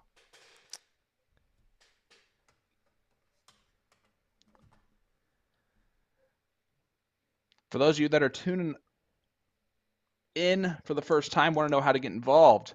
If you want to know how to become eligible to play in major PPD events like the CSE Challenger Series, like eventually getting these Tournament of Champion qualifiers, finale qualifiers, playing in tournament or TOC, players become eligible for those by playing in PPD leagues and daily remote tournaments, or DRTs. Leagues are starting daily, so get involved by going to dartstoc.com and checking out the map. The map will show any location with G3 boards within the PPD system. They are always accepting new members, so if you're not seeing anything in your area, have the vendor contact them on the website. From there, players can sign up for leagues on the website. Guess what? It doesn't take a ridiculous amount of games to be eligible either. Consistently playing one league a week will keep a player eligible for this event in the future. Again, go to dartstoc.com to get signed up today. As you can see, Wes is throwing his darts a little bit after it's registering on the scoreboard. Nothing we can really do about that. Yeah, this one's been a little bit touchy, but I at least wanted to show off a little bit of Wes White here. Did it earlier, but I am kind of keeping a look at what's on the boards outside of this one, as Chris Watson, unfortunately, could be on the edge of extinction here as Clayton Snowball runs out to an advantage over him. Sorry I didn't catch that match, or I would have jumped on over to it with that being a last chance matchup. With how this is going with the lagging and stuff, if you want to head on over, you're more than welcome to. I don't think... I agree. If it's one of those deals where this one's not going to be good, we'll head on over there real quick where we can. Let's see what we can do. Which bracket is that? Let me check here, buddy. Hold on one second. Sorry, he's in bracket 5. I even wrote that one down. Chris Watson is, by the way. Mark McFadden gets the winner of Chris Watson, Clayton Snowball, by the way. Oh, hey, look at this. Bull shooters. Yeah, there is the bar darter himself. Unfortunately, looks like he could be out here. Nope, not yet. Oh, yep. Yep, he gets it on the last leg. Well, we got to see Chris for a brief second, and my goodness, does he look good. Well, let me just check here. I mean, this is a PTZ view. Let's see who we've got. Whoa. There's Franny. Franny. Is Franny playing James? I'm not sure, but we'll see if we can possibly get them moved on over. There's Lisa Yee. That'd be a good one to get moved over. Possibly David over there? Yeah, I'll text Lisa and see if maybe she wants to head on over, depending on where she is in her bracket. But I think that's possibly a individual we'd love to have on the stream, or maybe Franny's coming over. We'll see. Franny's playing against David Reese right now. The winner of that gets James Edwards. So we might have Kicks and James Edwards with 2 camera views, even though I don't know if you'd want to switch every time. There we go. We'll head on over to this view real quick. Hello, everybody. Good thing I always look good when you pull back onto us. I know. Goodness gracious. Thank goodness. Just so I can check on stuff behind us and make sure. At least Nick just like whispers like, I'm going to you guys before he does. To you guys. Nope. Full blown just switching, buddy. Right to you. Hey, guys, a lot of people tuning in with us. 240 watching along today. Our numbers grow every time we do these elite finale qualifiers, and that's awesome to see because that means that you guys are liking what you're seeing from us. Sean Green, Will Stewart, usually Nick Dirachi Teixeira is with us as the producer director. Will is double dipping in the commentary and directing today, which he's used to doing for USA Darts every time. You worked by yourself for years, buddy. I like your little hair wisp, by the way. Hey, it just fell through, my guy. It just fell through. I'm actually going to try to work on something potentially. Maybe we can get just I don't know, a game screen or something down there of at least Wes White. Let me see what I could potentially. Yeah, get unfortunately the cameras are lagging back there. Drew is saying I get better looking every time he sees me. Well, thank you. Have you seen the person that's doing the commentary in the movie with me, Rob? Did you see that flyer yesterday? Yeah, I did. I'm not going to look worse next to someone. I'm going to have to lose like 50 pounds and work out like 8 times a day and get better genes in order to look like Rob by the time the movie shooting happens, because he is a darn good looking individual. It definitely looks like you're going to have to up the looks before anything happens here. Sooner rather than later, my guy. Yeah. If possible. I'm actually excited. He's actually our guest host on our show, The Siege, this week. So it'll be our first time doing a little banter back and forth with him on the mic. Just to, get a firsthand account of how his role in the movie is gonna potentially go. It's gonna be fun. We're excited to have him on. Oh, that should be a good one. I think I've got something here. Do you? I can tell that you weren't listening to me at all, what I was just saying. Yeah, you're welcome. I do that very good, don't I? Let me see if I could potentially blow this up just a little bit here, make this a little bit bigger. Just for the record, Leonard did win the king seat match, so he is on the king seat in his bracket. Unsurprising, just so you know. I know it's not the best of images, but...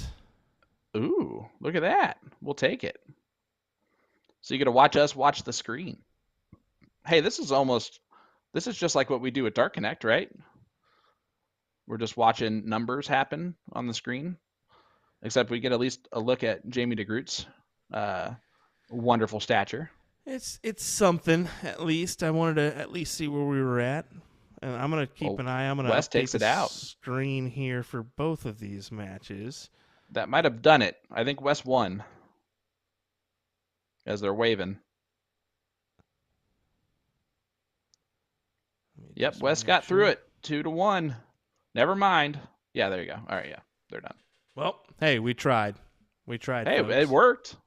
It's something. I always try to at least get you something on the screen, But what's up, Sean McPeak in the chat? How you doing, buddy? I'm excited for what's coming up here remaining. We got a lot of players still playing at Night Owls. David Reese made Kicks lose, unfortunately. So David Reese, James Edwards is now going to be a match. They're in that one. Let me reach out to Lisa. Yeah, see if she can move over. Because we haven't had any ladies yet. And you know what? That's not fun. I like being able to see what they can do as well. Because most of them are better than me on the dartboard anyway. So that never bothers me. I would like to see Phillips from Utah playing right now for the queen seat against Jamie Nowak, playing from Fond du Lac, Wisconsin. So there you go. Marcy Kirby on the one-loss side. Love you, Marcy. Keep rolling. Chelsea Ritter on the one-loss side. As I'm just looking at the updates here of what I can see on in the ladies' brackets. That was bracket number 1. Sorry, guys, if you're just seeing the side of my face. Oh, there you go. Look at them apples. Yeah. Let's take a look here, and we do apologize if this is going to be a little bit out of control, but I'm going to take a look at the women's brackets here. As you mentioned, where's Lisa? Lisa's playing for the queen seat match right now. And that's on division what? That's in bracket 3. Bracket 3. So against Kelsey Goforth. So let's go right there, and you can see who's already, unfortunately, out of the event. But, yeah. You can see right there. Lisa super zoomed in. Yeah, coming through there. Lisa will play Kelsey. Yep. And we'll head on over here. As you have Angie Brewer taking on Benita. Benita Pair. Yep, Benita Pair. Alvanita. Sally Witten is there. And Alvanita Dubose. Yep. And then we'll head on over to Last Chance. Robin Womble, who's out of Wisconsin. Take a little bit closer view. Taking on Susie West. And Christian Parker's out of that South 94, taking on Brittany Stanton. Okay. So there's a look at bracket number 3.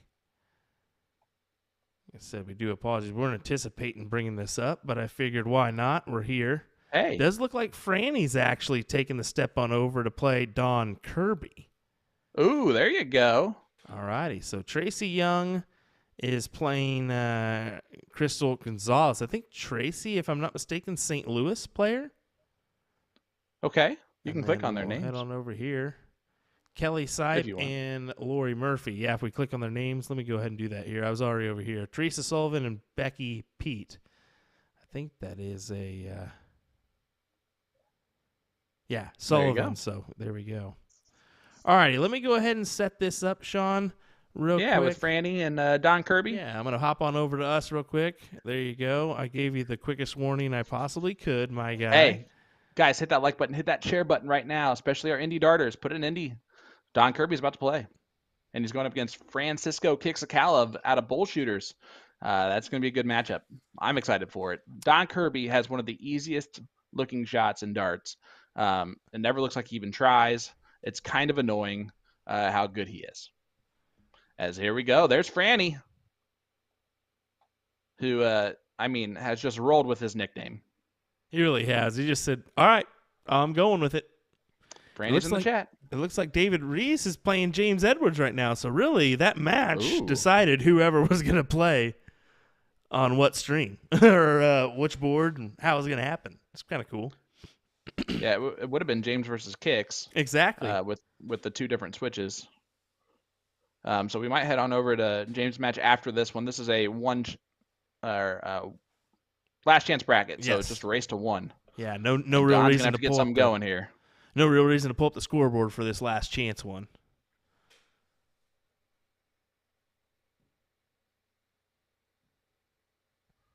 Franny, I always say kind of Danny Baggish-esque from the top view here. Yeah. It really does have that view. Yeah, you're not wrong. As a nice 6 mark there from Franny. Oops, sorry, guys. Uh-oh. Let's see what Don can do on the 18s.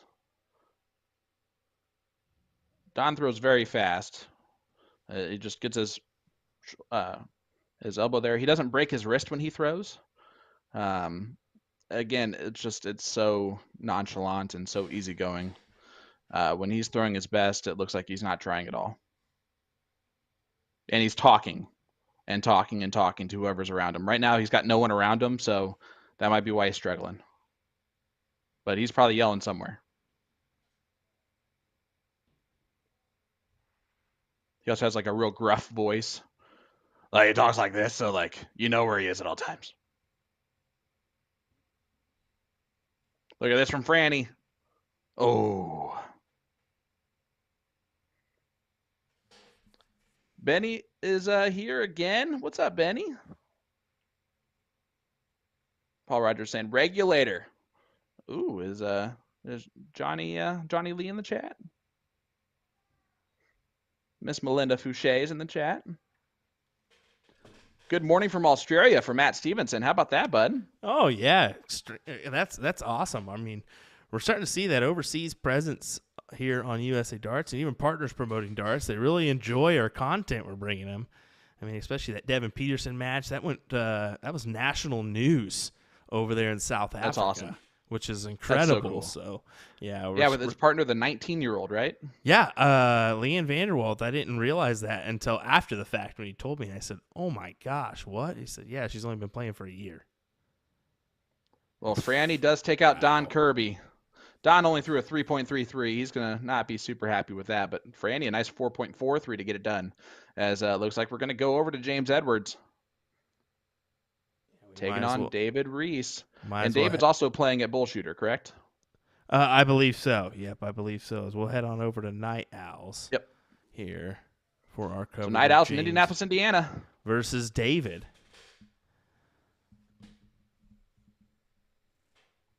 So is this leg number 1? It is. James with a bit of a lead here early. Got the start. Night Owls is a really good dart bar. There's steel tip boards, soft tip boards. Oh, that's amazing. Anytime you can have both is great. And they actually have leagues there that are they work with our IDA, which is the Indianapolis Dart Association, which is our steel tip organization, with our soft tip vendors, like Just Darts, and they have a soft tip steel tip league, where one week you're playing soft tip, the next week you're playing steel, and it goes back and forth like that. You play each team twice, once in steel, once in soft. It's so cool. That is great. That is fantastic to have that option available. Honestly, when you think about it, that rarely ever happens. I mean, I don't even have that. I don't have that capability where I'm at. We're predominantly more of a steel tip area, even though we do have some soft tip options available with blind draws and whatnot. But we're starting to see that get more popular now as we've got a PPD board not too far away. Good. Decided to go jump in the lobby on the Arachnid. There you go. Yeah, my wife and I played online for a little bit last night after the blind draw that we attended. Yeah, did you win that? I did. It's my partner, Deb Deemers, who actually qualified for the TOC finale elite bracket in her for the female side last qualifier. She was my partner, so I had a great partner. Makes it easiest. James takes out leg number 1 in this race to 2. This is the 1-loss side, so if it does go to a last leg decider, that count up is going to be all important because it will be 0-1, open and open out, full bull. How about this? While this is going on, Mike Scarborough taking on Wes White right now. So Bullshooters is packed with TOC participators this weekend. Is Mike playing at Bullshooters? That doesn't look like Bullshooters. That doesn't look like Bullshooters because he's against a wall, so he must be in the back corner somewhere. Honestly, interesting. That's what's happening. So good shots here from Wes, though, as he pulls out a big 9 mark. We'll give him one. Boom goes the dynamite there for Wes White. We'll give him one. All right, 1-0 James Edwards. David starts off with a 6 mark on the 20s. James only a 2, but that's all right. I have like a gnat that's flying around my face right now. It's awesome. It's better than the spider from last stream. Remember that? Thing came out of nowhere. David just appeared. He gives the gift right back to James. Let's see if James can take advantage of it. James looking promising to take advantage of it here. Yes. Oh. Big 7. Big trip 20. He decided that the very last second. Did you see that? Yeah. His eyes went like immediately last second. It was just, what? Okay, I'm going up.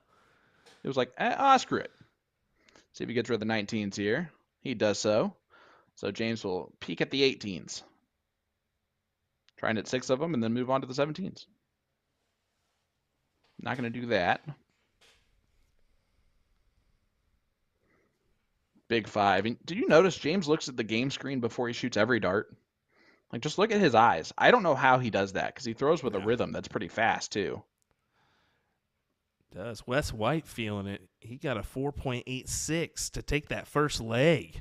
1-0 over Mike Scarborough. And that could be an interesting spot to be in if you're Wes White. And Kev, I know it's in Beech Grove. I've been here or been there multiple times. Oh. It just Indy's easier to say. Nobody knows where Beech Grove is. How about the winner of that one will go on to take on Steve Hilger. Ooh. So that's Porky an appetizing battle. Yeah, and the winner of that one finds himself in that third-place match against Taylor Hedman. So, yeah, an interesting spot to be in if you're Wes here. 1-0 up on Mike Scarborough. Well, we're seeing the best out of James Edwards right now. 5.40 in this leg. And did you see him? He closed the 16s first. That tells you how good he's feeling right now. And David, unfortunately, unable to do a lot there. Did fall into the 15 and dart too, which is nice. I think the first dart was trying to close all. And then Mike McKinney looks like he is just creeping on James right now. Ooh, a little bit of a flight out. A little bit outside. Not winning dart still. Mike's going to bother James in the middle of the match. Come on, Mike. Trying to let him know where he's at. Yeah. This one could be over potentially. James needing just the one. And again, the implications here, this guarantees the spot in the top 5. So James Edwards does get it done 2-0 against David Reese, who will move along to the 2-loss bracket. And Tyler Holmes from Missouri and Scott Dunaway from Omaha, Nebraska will take on the winner of that one will take on James Edwards as we go back to Wes. Yeah, I'm not sure how long this will work for us, but I wanted to at least chime in when I could for Wes taking on Mike Scarborough with at least somewhat of an option here. Mama Tina Anderson in the chat. Hi, Mama Tina. Ashley Jones saying, let's go, James. Better half of Mr. Lee Jones, who we've mentioned throughout this. Let's see where.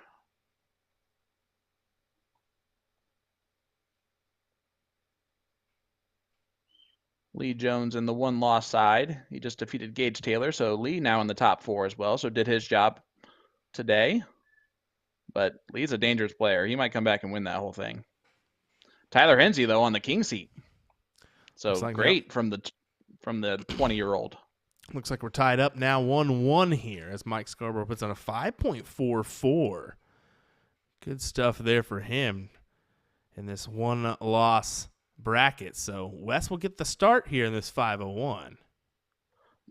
No, this is the diddle. Oh, sorry. My apologies. Yeah, so this is the all-important diddle, right? Because last leg is 501 open and open out.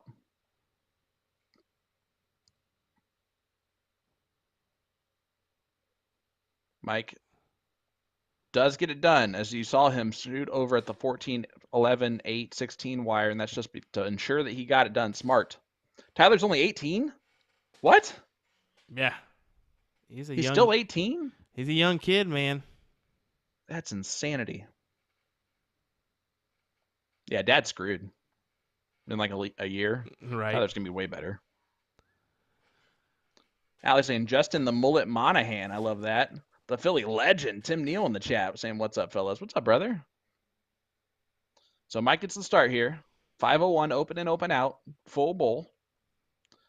And Mike's going at the 20s? What is happening here? Hey-o. 180 from Mike Scarborough. That almost deserves a 9-mark counter. Boom goes the dynamite. Hey, Miss Jennifer. And a low ton there from Wes. Again, guys, the player cam's just a little bit behind. There's nothing we can actually do about it. Yeah, we've tried. We've tried. We'll Yep. kind of refresh one more time, but Well, now Mike, no matter what he does, he's on the 9-darter if he hits a hat trick.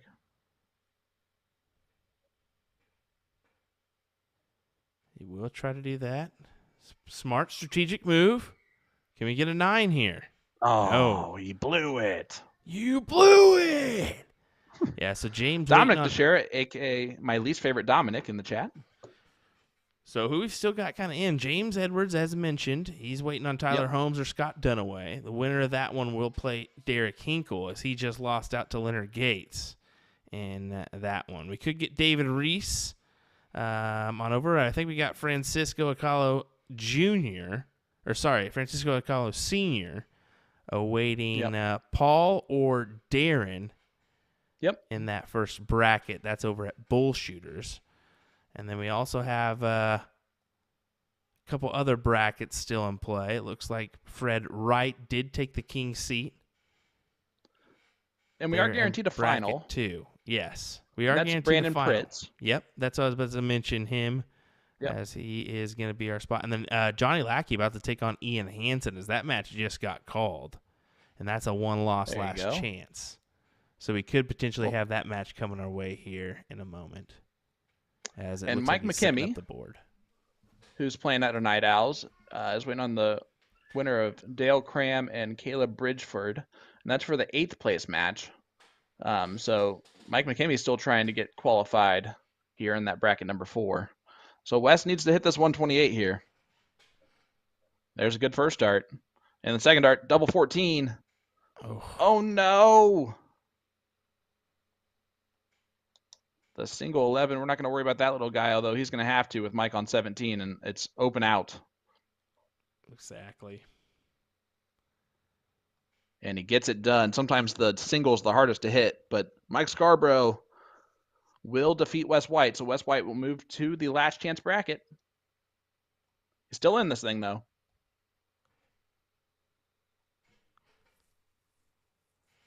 We'll head on over to Thirsties for Johnny Lackey.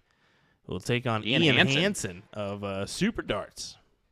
Ooh, baby, baby. This one's going to be a good one.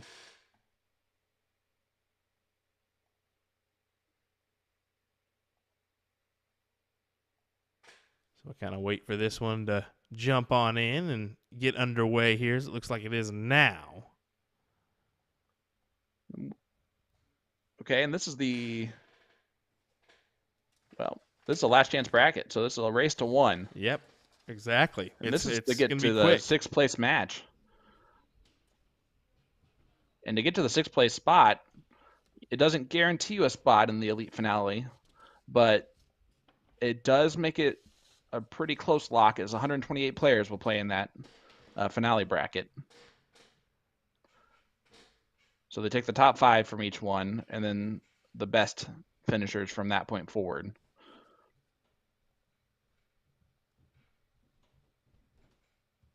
So like today, 30 people are guaranteed a spot there in the men's side because there's 6 brackets.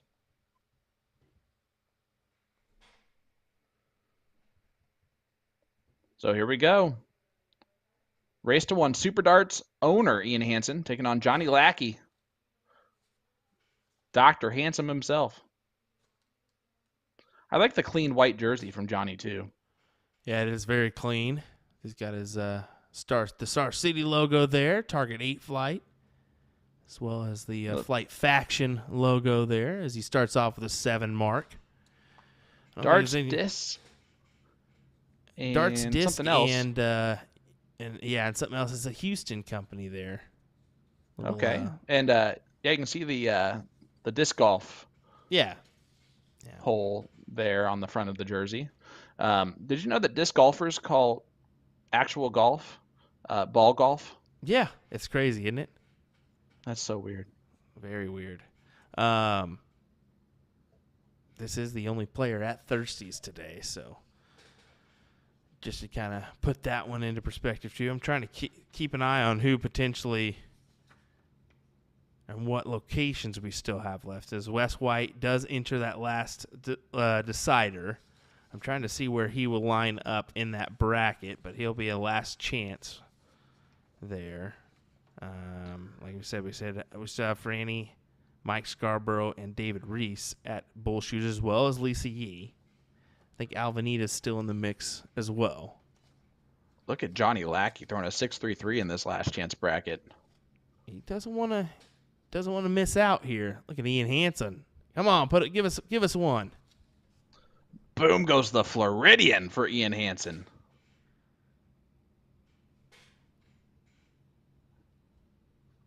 Just a little bit of hope is what that is. Is Johnny just trying to close the 15s. Ooh, that's a heck of a double. Gets it done. Hey, how about Fred Wright sitting on the king seat here in this level, or in this bracket? Where's Fred at? That's a Houston player. Is a Houston player. I thought I was going to say St. Louis. I know I've seen him before at a couple of events. Can't recall where he's from, but yeah, quality and Caleb shot. Hunter actually saying everybody slept on Fred in that bracket. Tried to tell him. So there you go. That's how it goes. Is James Edwards playing yet? I don't believe so. Let me check. It looks like Wes is waiting for Todd Wigman. Let's see. Night Owls. He's awaiting his player, so he's set up. He's just waiting for this player. Okay. King seat is, he's just kind of playing a couple matches. I'm checking the stadium, but that still isn't up for us, so it's unfortunate. Yeah, so it doesn't look like we have anybody in play other than this match right here, and it looks like this one's about to. It's been a little bit of a comeback, huh? Yeah, I mean he has tried to battle his way on those 15s, and the problem is he's only got the bulls now, and we'll see. He could possibly get another. Oh wow, big 5! Wow, what a double bull!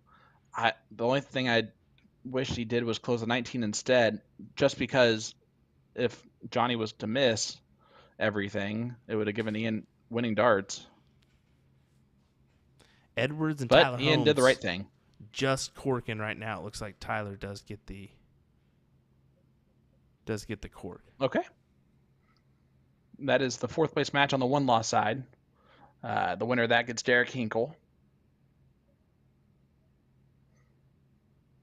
So that's going to be a race to 2. Cricket 01. This one is just a race to 1.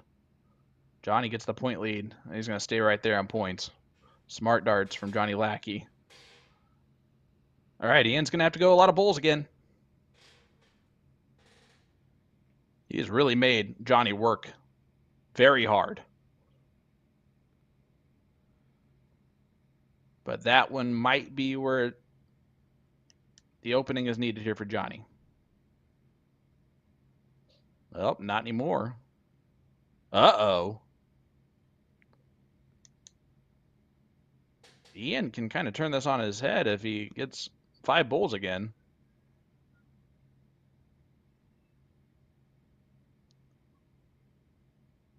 Not going to do that. Has a 25-point lead. So Johnny's got to go back to points one more time. See if he goes for it. Nope. Just stays right there the whole time. Smart darts.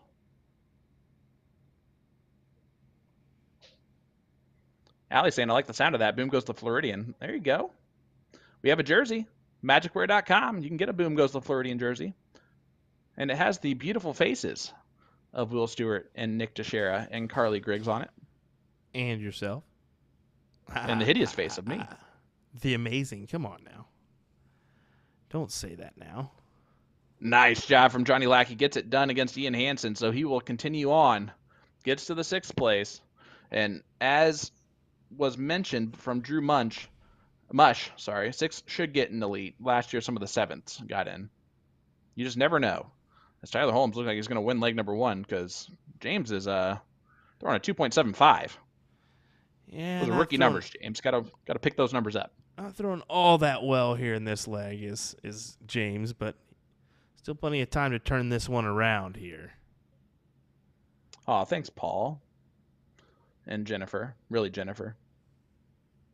Appreciate that. My wife likes me. That's what matters most. Well, James ties up the score line.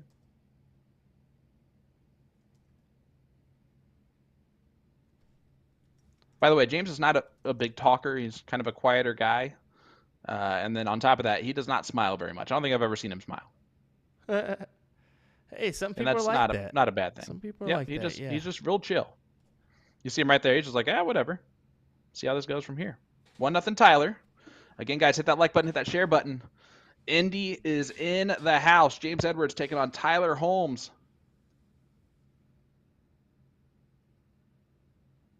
Yeah, some fantastic viewership so far for this coverage today. I mean, usually our TOC qualifiers and our PPD national streams can be hit or miss, so great to have so many of you interested in this action this weekend. Love every bit of it. It's amazing what happens when Nick's not here. Get out of here. Numbers just rise. Don't pick on him like that. No.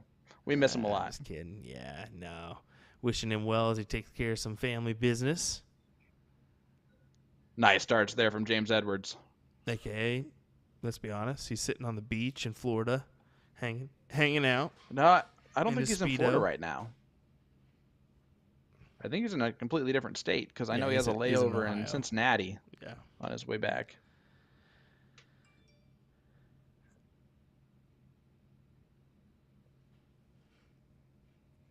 Tyler closed the 19s and closes the 18s. No, I'm sorry. He just hit 6 18s. I didn't realize that would make no sense. Let's see if James stays aggressive. He does and hits the trip 18 again. Nicely done.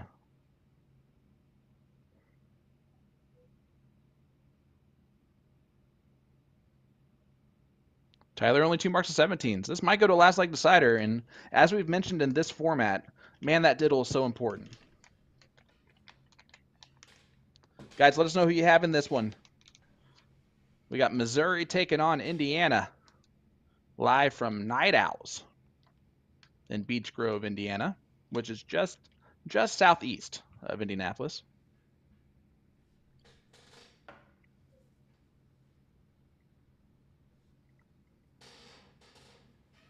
About a 40-minute drive for me. 40 minutes? Yep. That ain't too bad. James.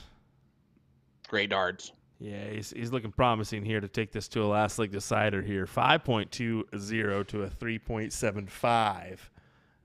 Good stuff.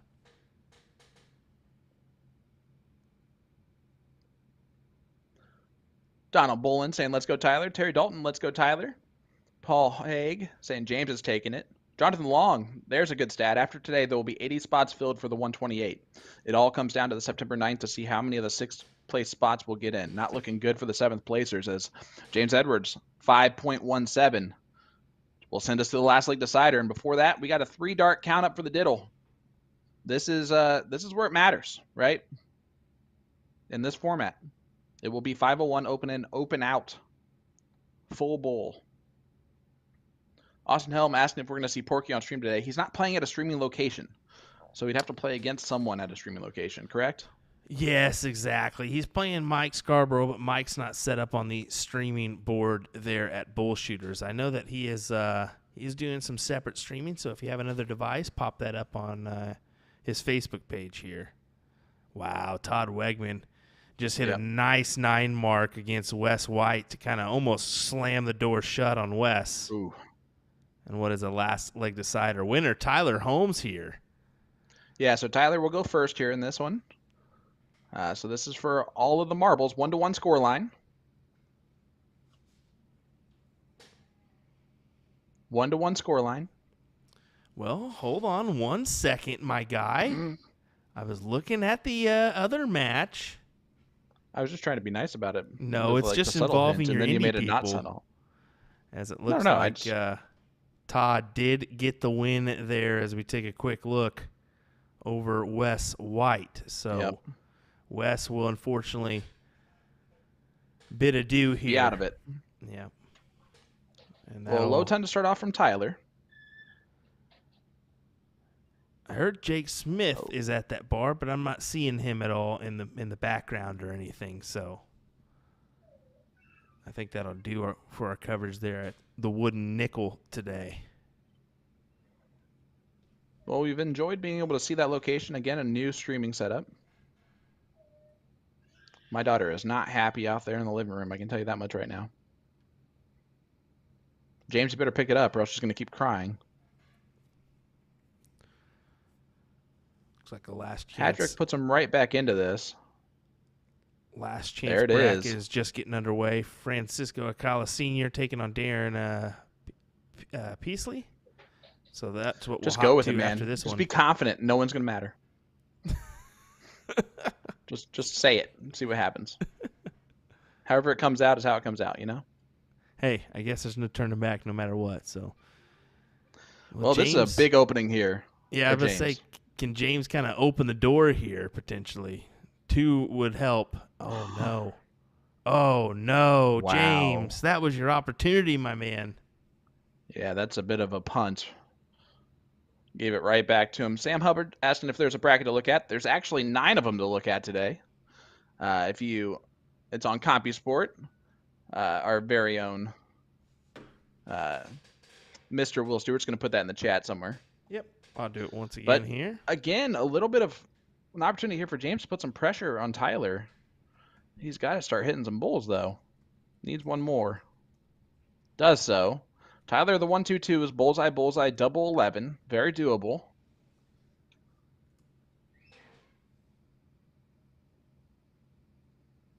Ooh, trip 20.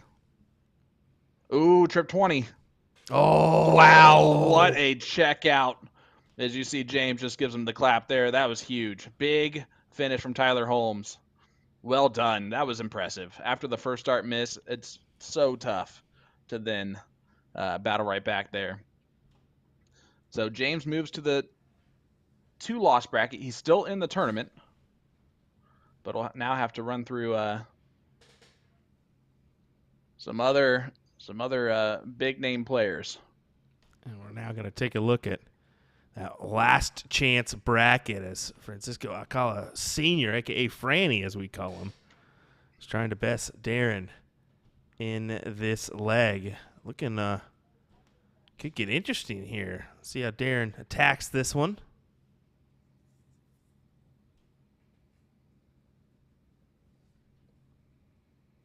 Yeah, good old race to 1.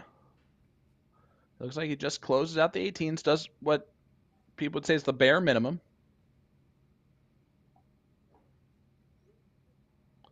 Mike McKimmey taking on Brent Baker right now. So McKimmey stayed in this thing and is now playing for 6th place. That's well done from Mike. So it might be a chance for 3 people out of Night Owls currently to make it through to the elite finale today, which would be a nice pickup there. Lee Jones playing against Dan Schultz right now in bracket number 3. But Franny looking good. Nice 7 mark from Franny. Gets back that point lead at the right time. That Heather Fuller back there? I'm wondering. Nope. Could be the misses. You can see Bullshooters is popping today. Yep. Definitely the place to be.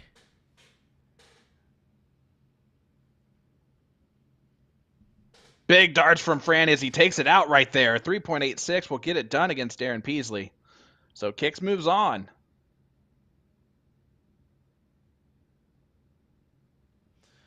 Just kind of taking Johnny a look Lackey here. Playing right now? That's what I'm taking a look at. I'm seeing if Lackey is, and yep, he just is getting underway here. Let's go ahead and take a look at Thirsties to see. Chad Skleski is who he's playing. And my goodness, just getting on the way, my booty. 4.20 for Johnny Lackey. He's running.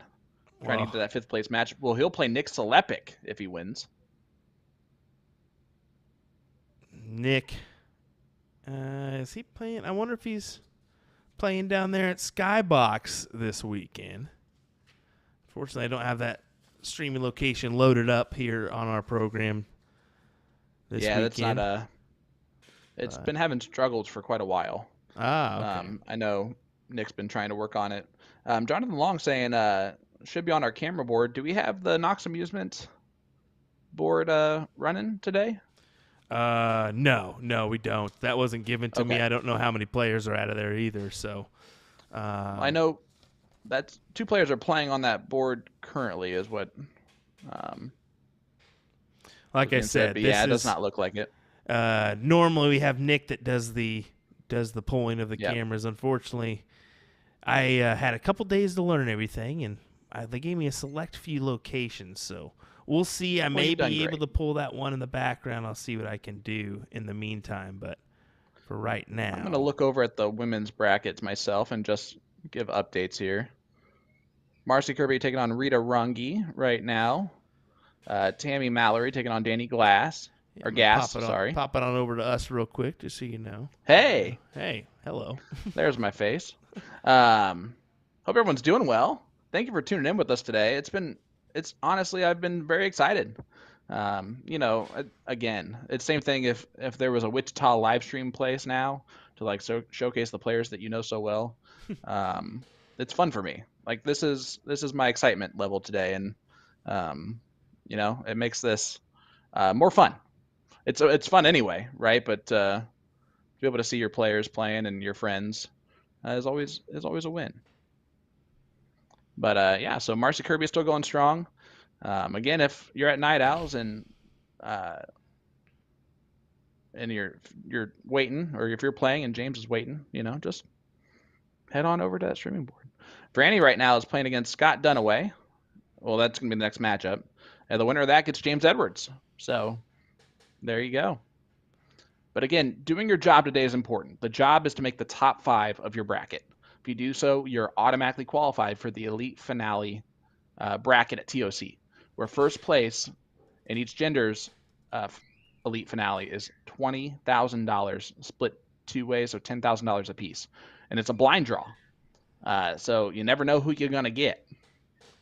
Yeah, that's the best part. You never know who you're going to get. It could be good, it could be bad. Who knows? Could be somewhere in between.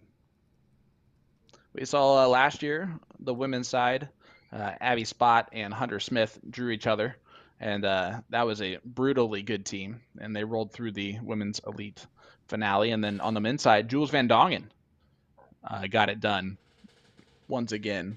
Yep. Had a great partner as well. Just taking a look here. Lackey Selepic.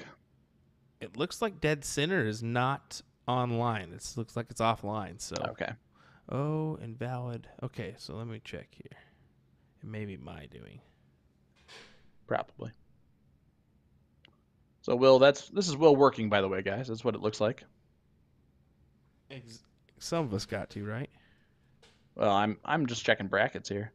Mike McKimmy's still going strong, playing against Brent Baker. The winner of that gets Justin Elrod. And this is, again, that's such a huge matchup, right? Because it's the 6th place match. So if you get into that top 5, it automatically guarantees you in. So Brent's going to try and get it done. I think he plays out of South 94 Bistro, if I'm not mistaken. Oh, yeah. And then Mike McKimmy is playing at Night Owls for Just Darts.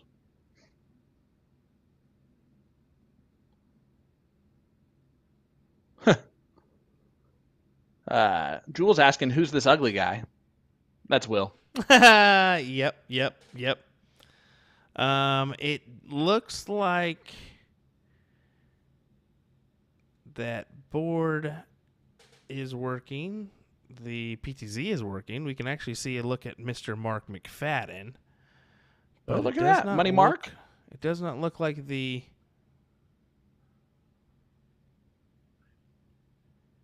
board is pulling.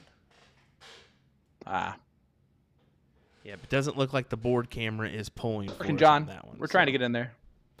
We can take a look at the people at the place itself. So I can see Mark McFadden getting ready to step up, and I can see the board camera, although the board color is definitely off. So there's some work that needs to be done. We'll have to get in touch and do some maintenance on that one. But, it's a little bit of a give and take, So, well, how about this? We'll take a look around. We'll head to Be Right Back. We'll let Sean get a drink real quick. John, that's funny. We'll let Sean get a drink real quick. That's right. There's been a lot of Johns. We'll be right back with more here in just a second. Okay, folks, thanks for joining us for our coverage of the TOC qualifiers today. There was August the gnat, sorry. 26th. Oh, you're good. We'll be right back. Don't go anywhere.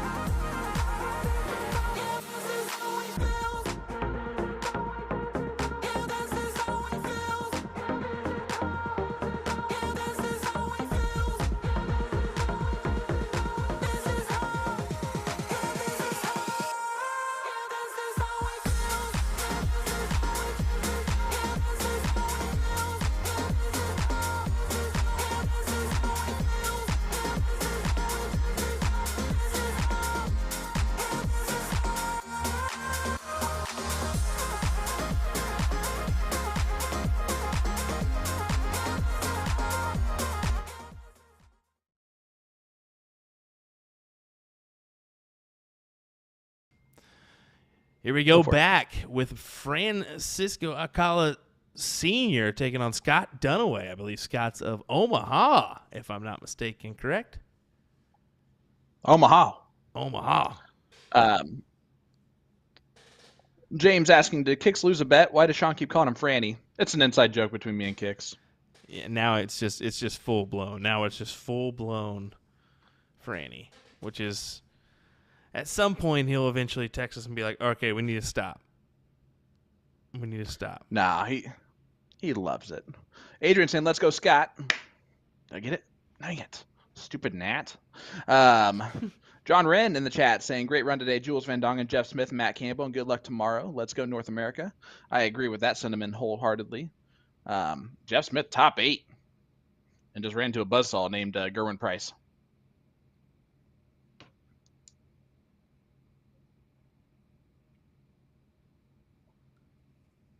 Did you happen to see the cool announcement from Danny Baggish about who's coming over on the next run around for the it's exhibitions? Insider. How about Luke Humphreys, the number 5 ranked player in the country? Yeah, a little insider information on that one about who's coming. So yeah, I'm looking forward to seeing more big name players make their way over here to do some exhibitions. It was nice to have Damon Hedda and Devin Peterson in this last go round with unfortunately I didn't make it, but Ross Smith? Smudger, sorry. Ross Smith and of course Stephen Bunting, and then to have 2 top 25 players attending, that's crazy. You know, it's pretty cool. Yeah, especially those 2 players should be interesting. Harvey O'Hare in the chat, dissing on cricket for some reason. We seem to have every once in a while a few of those. Some people don't like cricket. Some people do. Wonder where Harvey may be from. That's always a good one to ask too. You never know. Usually, when it's cricket, it's more of a European audience, but you never know.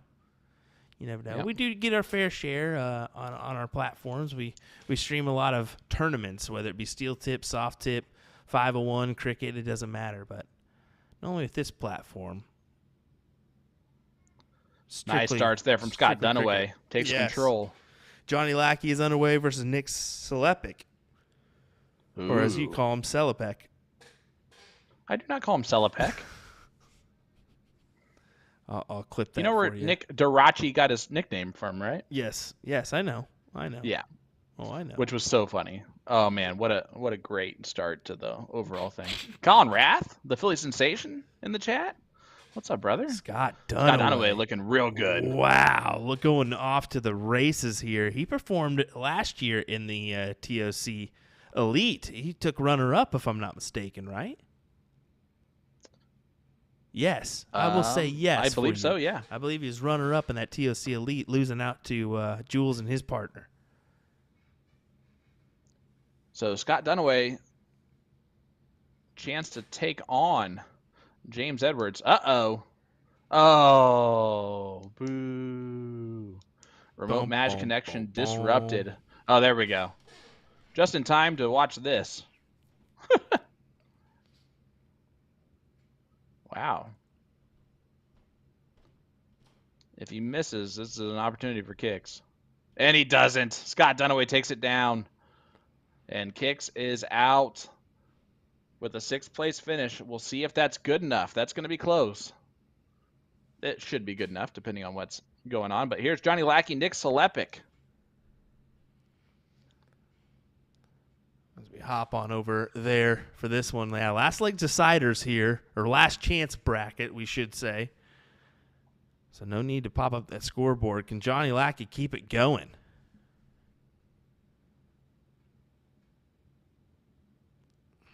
Well, he got the close on the 17s. He's not happy with those last 2 darts. Nick's going to have to get something going here on the 16s. Nick, one of my favorite people. As he gets a 9 mark, boom goes the Floridian for Nick Selepic. I mean, just cool, calm. He's a gem. Just such a nice guy. An absolute gentleman. This is your 5th place match. The winner will advance into the 4th place for $100. Right now, $50 on the line. Winner will advance in that spot. So what could happen as John Edwards is taking on Jason Derby right now? Ooh, that's a good one, too. That is an appetizing one, isn't it? Your king seat, like we said. Oh, what Fred a big 6 mark Wright. again for Nick Selepic.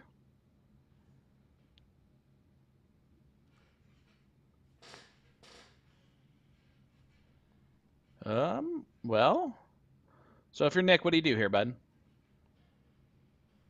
Oh, 16s. You got to close one of the numbers at some point, right? Yeah, I mean, eventually, I'd say last dart, take a look. Yeah, Yeah. and that's what he does with the trip 17 with the last. But I'd say at least try to pound some more 16s because it's too easy for him to just close it out and then you're with nothing. You know, your back's against the wall.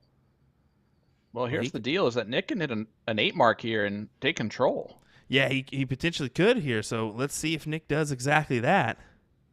He tried it. Took the first look. Now back to the 16s. And only 2, so doors still open. And let me tell you what, I took a look at Nick's new barrels this past weekend at DPFL. Let me tell you what, talk about aggressive grip. He put it up against his shirt, and it was hanging onto his shirt. That's hilarious. Yes. It's just, you don't need a magnet.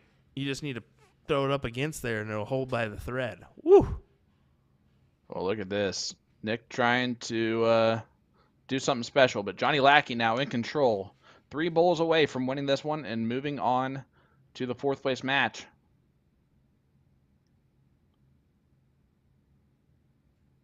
Ooh, a little quick on dart 2. And door's not quite open for Nick. Although, yeah. He needs 4 bowls to get the point lead back. Not going to do that. So Johnny Lackey for the win. There it is. 4.06 from Johnny Lackey gets it done against Nick Selepic. Scott Dunaway, James Edwards should be happening here pretty shortly, correct? Yes, but you know what? Nick did what he needed to do. He qualified for that big match. So TOC done for Nick Selepic, and Johnny Lackey will advance to the 4th place match. It looks like we're just waiting for Scott Dunaway on that one, so we'll kind of get set up for Night Owls here, as James Edwards should be stepping in here in just a minute, as we will hop on over guys to hit that like feed. button, hit that share button. Yeah, it could be just a minute, but that's quite all right. Kind of keep an eye on what's going on elsewhere.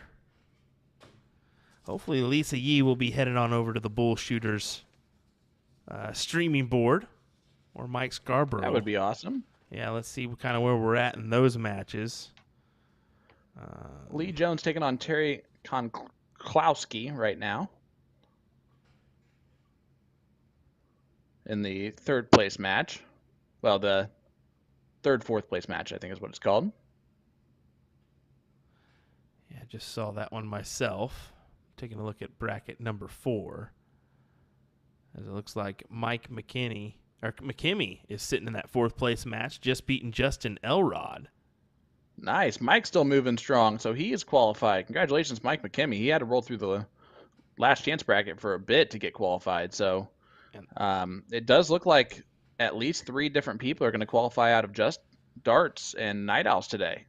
Yeah, that's which great. Is awesome. Brandon Pritz also, that in that bracket number 4, we will have that king seat match. So who will he play? We'll kind of figure it out here in just a second. But same bar spot as Mike McKinney sitting there at Night Owls. So, and Jason Derby, Johnny Lackey will be that match for the 4th place. John Edwards waiting in the 3rd place match. Fortunately, Mark McFadden did lose out, but he took 5th, so he will. That'll work. Advance into that TOC bracket. Jeremiah Millar is your king seat there in that bracket. Jake Smith in that 3rd, 4th match right now in bracket number 5. So he's still rolling through there. Yep. Does look like Todd Wigman did miss out to Matt Cole. Matt Seigel from Beaver Falls is the king seat of bracket number 6. He's someone I've not heard of before. Steve Hilger did lose out to Mike Scarborough. So Mike Scarborough playing Taylor Hedman right now in that 3rd, 4th match. Well, here we go. Scott Dunaway, James Edwards. Guys, hit the like button, hit that share button. There's Mike McKinney who's still rolling right now doing work.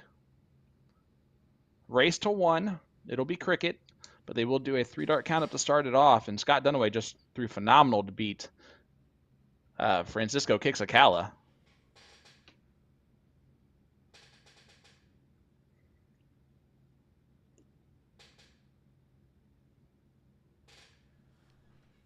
Looks like Alvanita isn't too far away from the streaming board as I'm taking a look at bull shooters, seeing where they're at.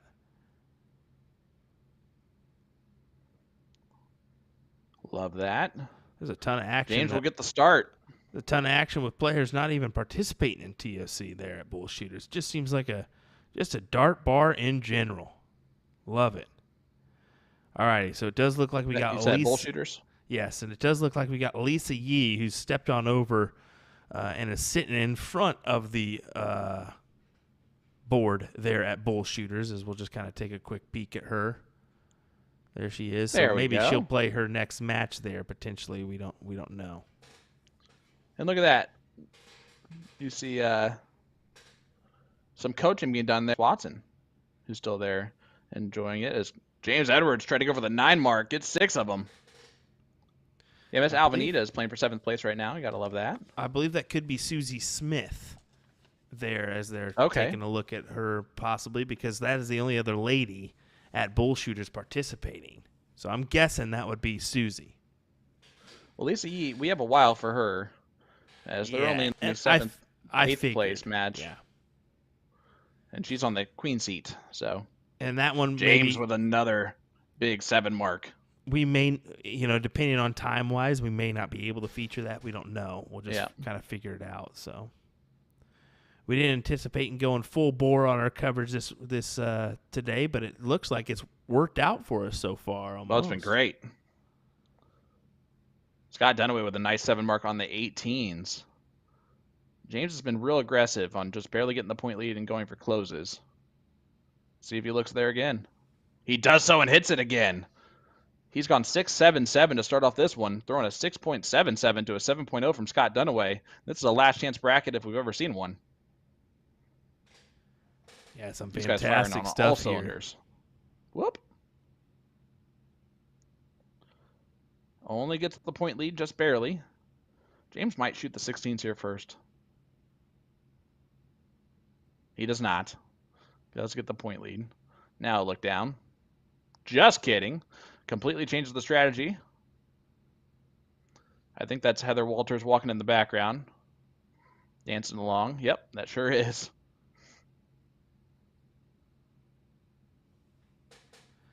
I did take a look at Wood Nickel. It looks like I'm not seeing anybody there at all. So I think that Jake Smith either moved spots or is just not even near the streaming location. I was hoping to possibly get him on the streaming board.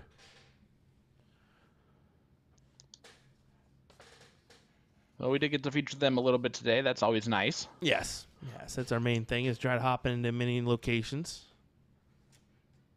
And James now a chance to just slam the door shut right here.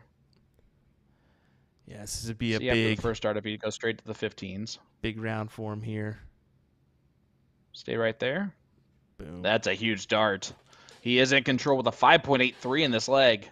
Again, he will be in our CSC Challenger Series Division II match on Wednesday on the live stream, taking on Todd Wigman. So that'll be a lot of fun. Through a 4.70 in all 17 games of cricket on Wednesday against Tyler Hensey, who shot a 4.80 and defeated Tyler 9-8. And Tyler's on the king seat of his bracket today.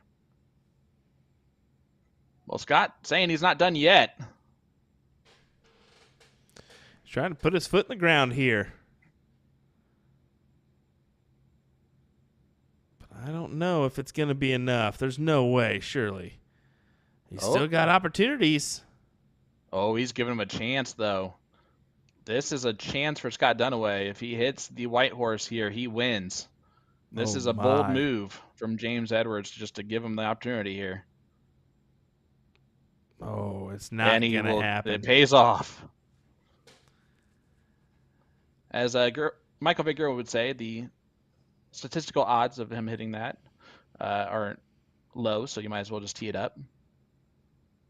There it is from James Edwards. We'll move on. Takes down Scott Dunaway. Great match from those two gentlemen. I'm telling you what, that was awesome. As it looks like we're going back to Johnny Lackey. Look at the timing there, taking on Jason Derby, who we saw on Wednesday of the CSC Challenger Series. Yeah, exactly. Perfect timing here as we're getting this match almost immediately after. So we just continue on with exciting action here for our coverage of the TOC remote finale qualifiers here. Johnny Lackey starting out with a 5 mark. Jason Derby was very impressive in Division II on Wednesday. He averaged a 4.36 overall to defeat his opponent. Or no, did Jason win? Yes, he did. He pulled off the Okay, I was just making sure. I was like, I'm going crazy. That can happen, brother. That can happen. This is your 4th place match here. Winner will advance to take on John Edwards. And Johnny Lackey is in Division I of the CSC Challenger Series this season. He's throwing a 4.56. So a bit of an advantage to Johnny overall. And that's the beautiful thing. We're seeing a mixture of Division I, Division II. We're seeing Division II players defeat Division I players. You got to love it. Oh, the CSC Challenger Series, yes, there's a small discrepancy in averages, and maybe your elite D1 will have the average and the better likelihood of winning over your bottom part or bottom person in the Division II bracket. But at the same time, I mean, they are capable of pulling out the upset. I mean, we saw a couple of legs from Jason Derby where he shot a 7 and a 6 point something. So it is definitely in his bag to do so, and he's doing it right now. Great darts from Jason Derby, a 5.75 right now.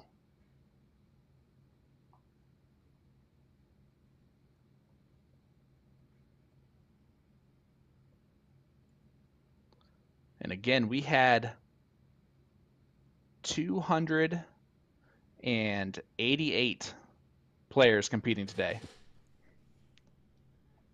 in our TOC finale qualifier. That's awesome. Massive. Just goes to show you how many people are interested in that prize pool that we've got. I mean, over $2 million in funds. I mean, that is just unheard of. Crazy. Yeah, it's massive. all compile into this big event here in Kansas City, Missouri. I guess Kansas City, Kansas, technically. It's that line.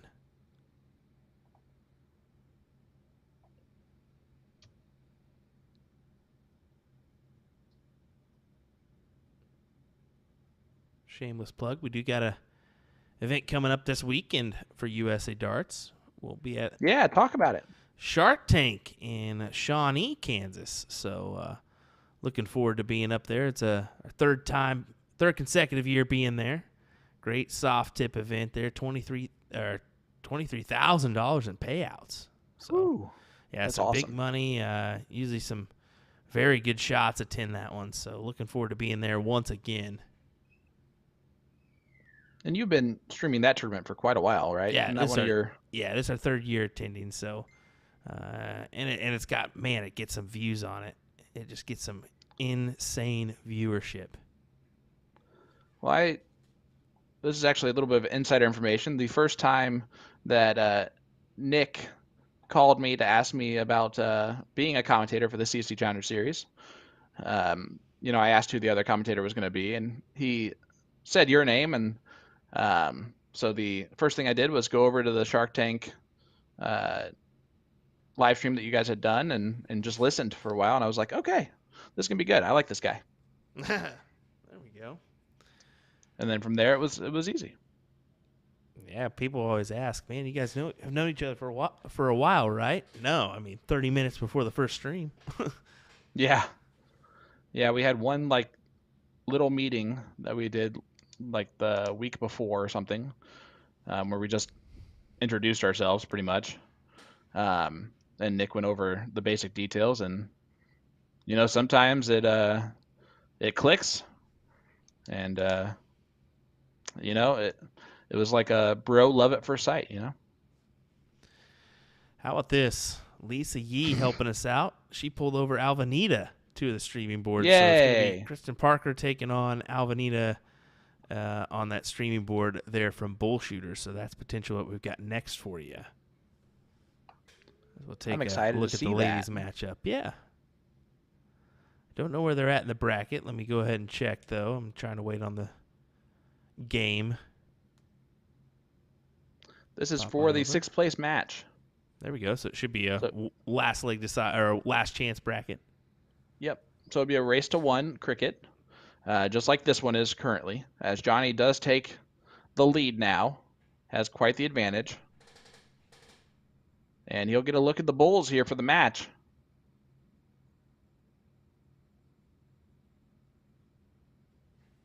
One more bowl needed. And there it is. Johnny Lackey gets it done. A 4.50 to a 4.25. As he will continue on in the bracket. And we're going to head over to Bullshooters. Playing against Kristen Parker from Missouri, Sullivan area. And there's Miss Alvanita, the absolutely beautiful Miss Alvanita DuBois. And you want to talk about nicest people. First of all, look at everyone supporting right now still at Bullshooters. Miss Alvanita is an absolutely wonderful, wonderful human being. So is Lisa Yee. Both of them are two of my all-time favorite dart players that I know and I've spoken to. All right, so here we go. Alvanita has the 20s closed. See if she looks over the 18s with the X on them. She sure does. She has a great shot, too. Straight to the eye line, straight through. Nice, and makes it look nice and relaxed. Frequent listener and follower of the stream as well. Gotta mention that, right? Oh, yeah, and always in the chat, always saying hi.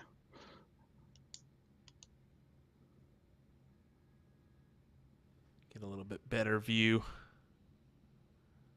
here as we kind of took Great a sneak peek at everybody around the stream here, around the boards. Wanted to take a peek who was still in the mix. Trying to find Mark Scarborough, couldn't find him. I'm telling you, I don't think he's there. It did not look like Bullshooters in any spot where it would be. Look at this from Alvanita. Oh, great 6 mark out of her. That was huge. This is a race to 1. And look at this. They have not pointed yet. Kristen trying to get it done. Kristen has a little step when she shoots, but which makes it more difficult, honestly, to play. Yeah, Lisa's saying he's not here. I told you. Will is wrong again. Wrong Miss again. Alvanita chose to point the 15s, which was the one number where if she didn't hit a single, she wouldn't have had the point lead. But she gets it anyway. Lewis saying hello. Hello, sir. Hope you're doing well. Look, it's Lisa Yee. Oh, my goodness. Oh, there we go. Hi, Lisa. And she's immediately shaking her head at you. It's like they could see the camera moving. Yeah, she waves. A big darts there from Alvanita. Gets it closed. That was huge. I couldn't help it. Anytime you can give some love to Lisa, you got to, right? Of course, then again, she's a Colts fan, so maybe throw it away. It's the best. Alvanita's off to the races here, trying to best Kristen Parker. Oh, unlucky last. Kristen's at South 94, if I'm not mistaken. Okay. Nice. Another great location with a lot of great support. Kristen trying to get some bowls, unable to do so, and Miss Alvanita 1 bowl away. Does she have her own bobblehead back there? Is that what I'm seeing on the table? Yeah, it looks like it. That's amazing. Ooh, just a bit high on that first start. That's going to be a tough third. Yeah, it's tough. She's a taller lady. So that first start kind of blocked her out. Kristen does close the bowls. Unable to point on it, though. Louis from Pennsylvania. We're doing well. Thank you so much for reaching out. As there it is, Miss Alvanita DeBose moves on. And I'm butchering her last name, so I'm just gonna apologize ahead of time. We're taking a look at some other streaming locations. It does look like Brandon Pritz has been just sitting there hammering the board away. I'm waiting on James Edwards. It doesn't look like he's up yet. He looks like he's trying to start the board. We will set up Night Owls and just kind of get that one potentially as our setup location. I believe he's just kind of waiting on something to arrive here for this. It'll be Derek Hinkle, who's playing out of St. Joseph, Missouri, for Acme Music and Bending.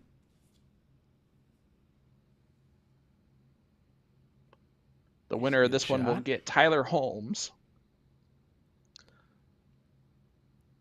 And when it's Tyler Holmes, it now becomes the Race to 2 Cricket 01. So this is the last chance. We should be getting bracket match. Johnny Lackey, John Edwards as well here anytime. Okay. So I've got that match queued up in the background potentially as our next one. As this is all going to be last chance. There's no reason for a scoreboard when it's all one and done, ladies and gentlemen. Yep. It's a difficult spot to be in, but man, is there some pressure behind it. Look at these two round Robin Hood scores. Soldier, the top three. Sorry. Yep. Yeah, exactly. Nasty. All right. So Derek Hinkle will get the start here. It is a race to 1 cricket. James Edwards playing out of Night Owls in Beech Grove, Indiana, just south of Indianapolis. Southeast. You know what my favorite thing about Night Owls is? Before my wife and I will go there to play a blind draw, there's a great Mexican restaurant that's like attached in the same like complex. It's so good. Well, thank you for bringing this up. Derek Hinkle looking good. It looks like he's wearing like white on white today. Those might be just real light colored jeans, but he could be rocking the old white on white. Look at this from James. He's looking up. Gets it. Boom goes the dynamite for James Edwards to get it started. Throw that one up there. Number 10 for the day. Jacob Armstrong in the house. What's up, brother? Jacob helped us out for the Tournament Champions Finale Qualifier number 1, since you weren't available. Yeah, Jacob did some great stuff there. Appreciate him jumping on the mic for us. Yeah, he's a really nice kid. And I can say kid because he's, I believe, younger than Nick, which is just gross. Yeah, a little bit, huh? How about this, bud? James Did you know gonna the go up and close Booyah? the 18s, gets it done. Did you know the Booyah Cup qualifiers are going on right now too?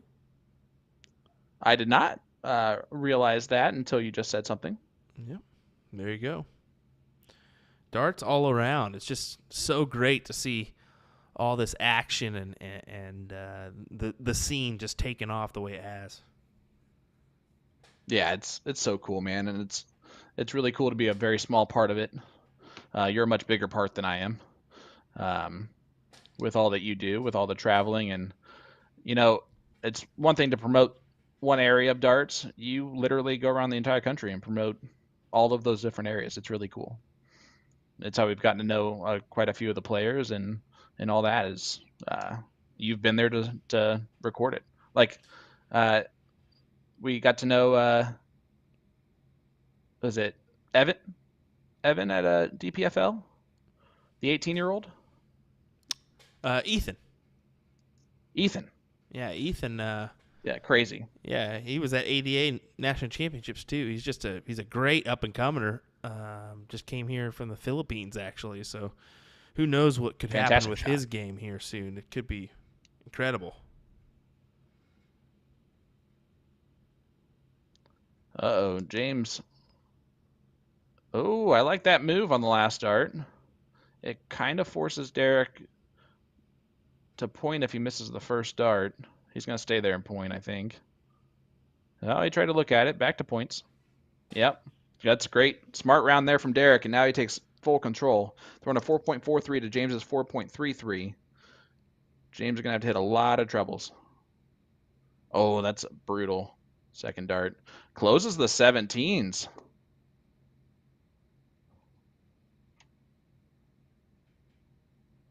And Derek is only going to get one dart at the 15s. And doesn't get it. So James, the opening's there. He needs at least 6. Got to come up with it. Got to come up with it. Big shots here for James Edwards. Oh, no, mine froze. What happened? Oh, boom goes the dynamite, James Edwards. That's what happened. Uh-oh, sorry, buddy. You good? Wow. I'm good now. But yeah, I had to look down at the screen on my phone to see the 9 mark. But now pressure's still back there for James. Needs the double bowl. Doesn't get it, so the opening is now back in the hands of Derek. What a 9 mark from James, though. Yeah. But it might not be enough. It's not going to be enough. 1 bowl. Wow. Yeah, Derek steps in finish. Here and takes care of business. James did his job. As we may actually need... this is bracket number 1, Mark. We're going to head on over. John Edwards is going to take on Johnny Lackey. You may now just be a second behind, Sean. I'm not sure. Just see if that updates for you fairly quickly. I'm going to pop on over to Thirsties. You should have your player cam in now. Yep. Okay, good. Just making sure we're good. As that's back-to-back 9 marks, ladies and gentlemen, for that one. Wow, what a start. And this one is now back to a race to 2. So this is back to the 1-loss format, so it'll be Cricket 01. All righty, so maybe we should pull up that scoreboard here. And John needs to beat John Edwards twice.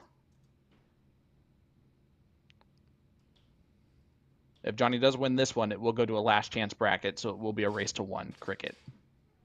Just giving you all the information.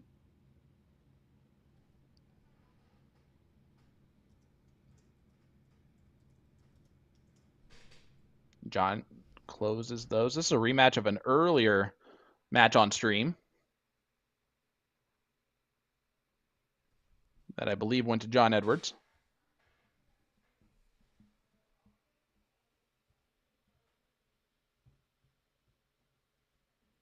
The winner of this one gets Fred Wright in the finals. Yeah, who's going to come out on top? That is the question that we have here in this one. We should be having a final coming up here shortly at the King seat with Brandon Pritz. We're keeping an eye on that one.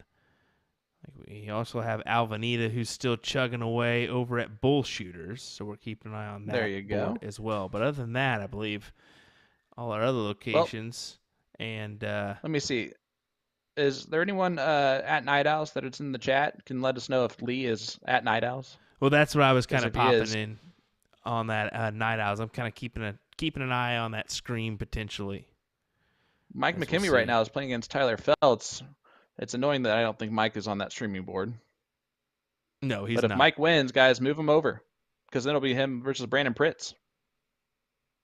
So the winner of that one. So that match is going to be coming up shortly, the actual finals. I'm going to be 100% honest with you, though. We're probably not going to be able to switch back and forth. No, I don't mean like that. Yeah. What is use Unfortunately. Brandon's? Yeah. Because that board cam looked so pretty. Jake Smith got 4th place. So it's Sharon Winburn taking on the winner of that one gets Jeremiah Millar. As these brackets are starting to get close to wrapping up. Steve Hilger got 4th place, so did his job. Mike Scarborough taking on Taylor Hedman right now. The winner of that gets Mike Segal. So we're starting to get there. Marcy Kirby gets 7th place, just falls a little bit short, but 7th is probably good enough in the women's to make the elite finale, but we'll see. Johnny Lackey just unable to do it. So John Edwards to win leg number 1.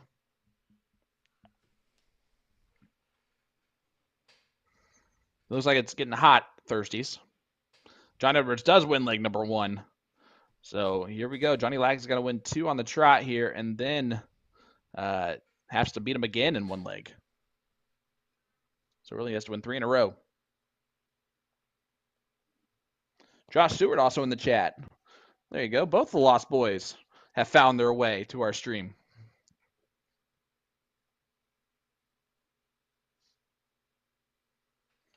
Brandon Pritz saying good choice on what board setup we would use. Well, we get to see him, so you know. Looks like we've lost connection to Bullshooters right now, so Uh-oh. we'll do what we can on that one, but unfortunately it looks like maybe there's no internet or something there, so That's what we call bad news. yep, we'll keep an eye out. But thankfully we've been pretty steady, Freddie, with the action here today. Yeah.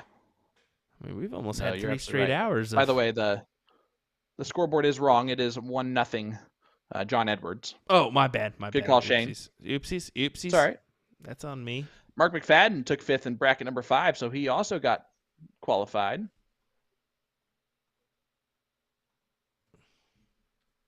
Happy to see that. I love Money Mark. Have you met Mark? Yes. Yeah, a quality guy. Oh, he's one of my all-time favorites. So unfortunately, all the ladies are out at Night Owls.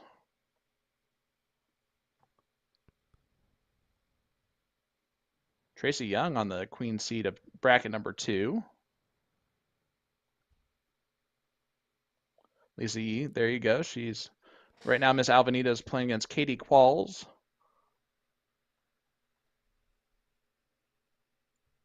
Nice 7 mark there from John Edwards. See what Johnny can do on the 20s. That'll work. Staying up there. Staying up there. Boom goes the Texan there for Johnny Lackey. Dr. Hansen made that look good.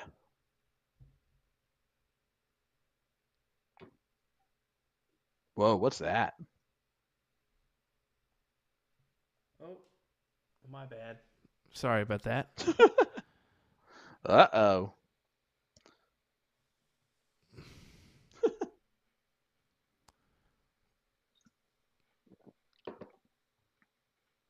I was like, we went scary movie on him there. Yeah, that's one of the color locations at one of the bars that needs to be worked on. So, actually posted Leonard that Gates one asking, up by any word on accident. how Soldier's doing? Well, Soldier's been waiting on the king seat for quite a while. I'm surprised Soldier's not playing like another. Is he playing the Booyah Cup qualifier right now too? I don't think he is. I don't recall. Soldier, you definitely should have done that, buddy. You would be winning right now. Tyler Holmes, Derek Hinkle. The winner of that gets Soldier Leonard Gates in the finals, where Soldier will have to be triple dipped. I think we can all agree that that's not going to be easy to do. Also, while he's here, might as well wish him great luck to you, sir, overseas.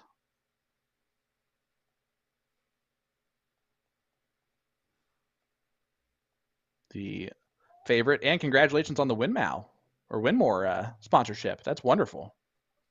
There's Mr. Lee Jones. Oh yeah, Soldier said he doesn't have to play in the BI Cup qualifiers. Yeah, because he's already there qualified. Yeah, but doesn't he want to be in the top 16, or does he automatically get number 1? Oh, I'm not sure. So, that's doing an order of merit, I think, now with Mr. Jeremy Byrne. I know, but is number 1 solidified with Leonard? I feel like it should be, right? I bet Leonard will agree with that. Leonard definitely will agree with that one. Yeah, he said number 1. So that'd be nice. If that's the case, then that makes that format really awesome. Like even more awesome, especially for Leonard. And for everyone else that now doesn't have to face Leonard in the Booyah Cup qualifiers.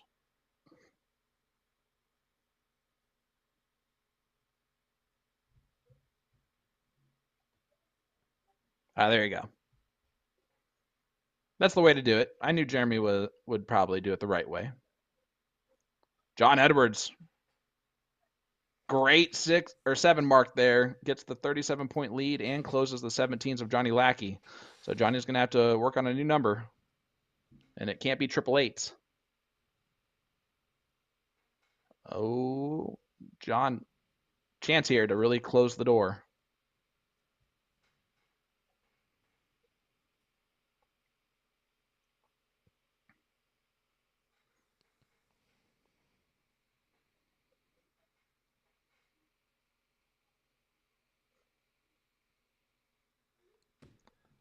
John Edwards going to look over at the 16s, I believe.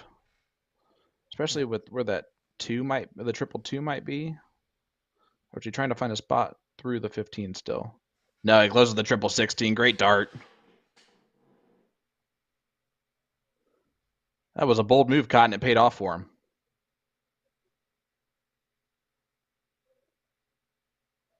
Oh, Johnny tried to close the 15s. It moved the board completely.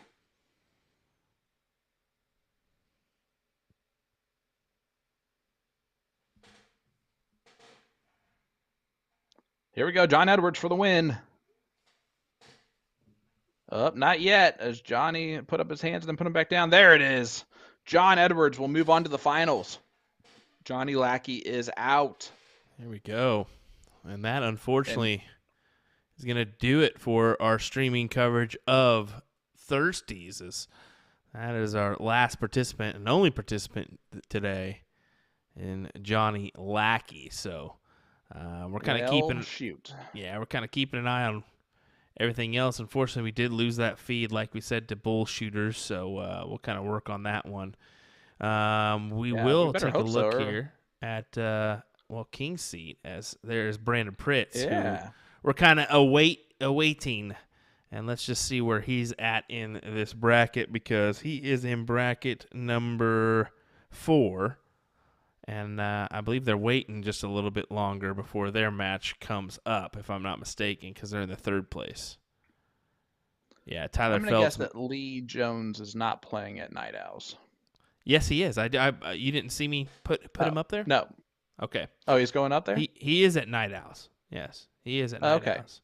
So we'll actually take a look at that player cam. Terry, because he should be playing right now against Terry Konchalski. He's actually Look around there. over There's there. Lee. There's Lee. Yep, He's there's pretty hard Bullet. to miss. Yeah, he's a big dude, and what a teddy bear is Lee Oh, Jones. yeah. He's the nicest guy. He'll help anyone with anything. He plays with anyone that wants to play with him, and he looks very intimidating as a person. But my gosh, is he nice? Is Jeremiah Millard's playing right now in the finals? Surprised we don't have Union Lake Eagles today. I probably could pull that in, honestly. Well, I don't It's know if gonna he's just take a playing out of minute. there. So that's Yeah, he could not. He could not be, or might not be.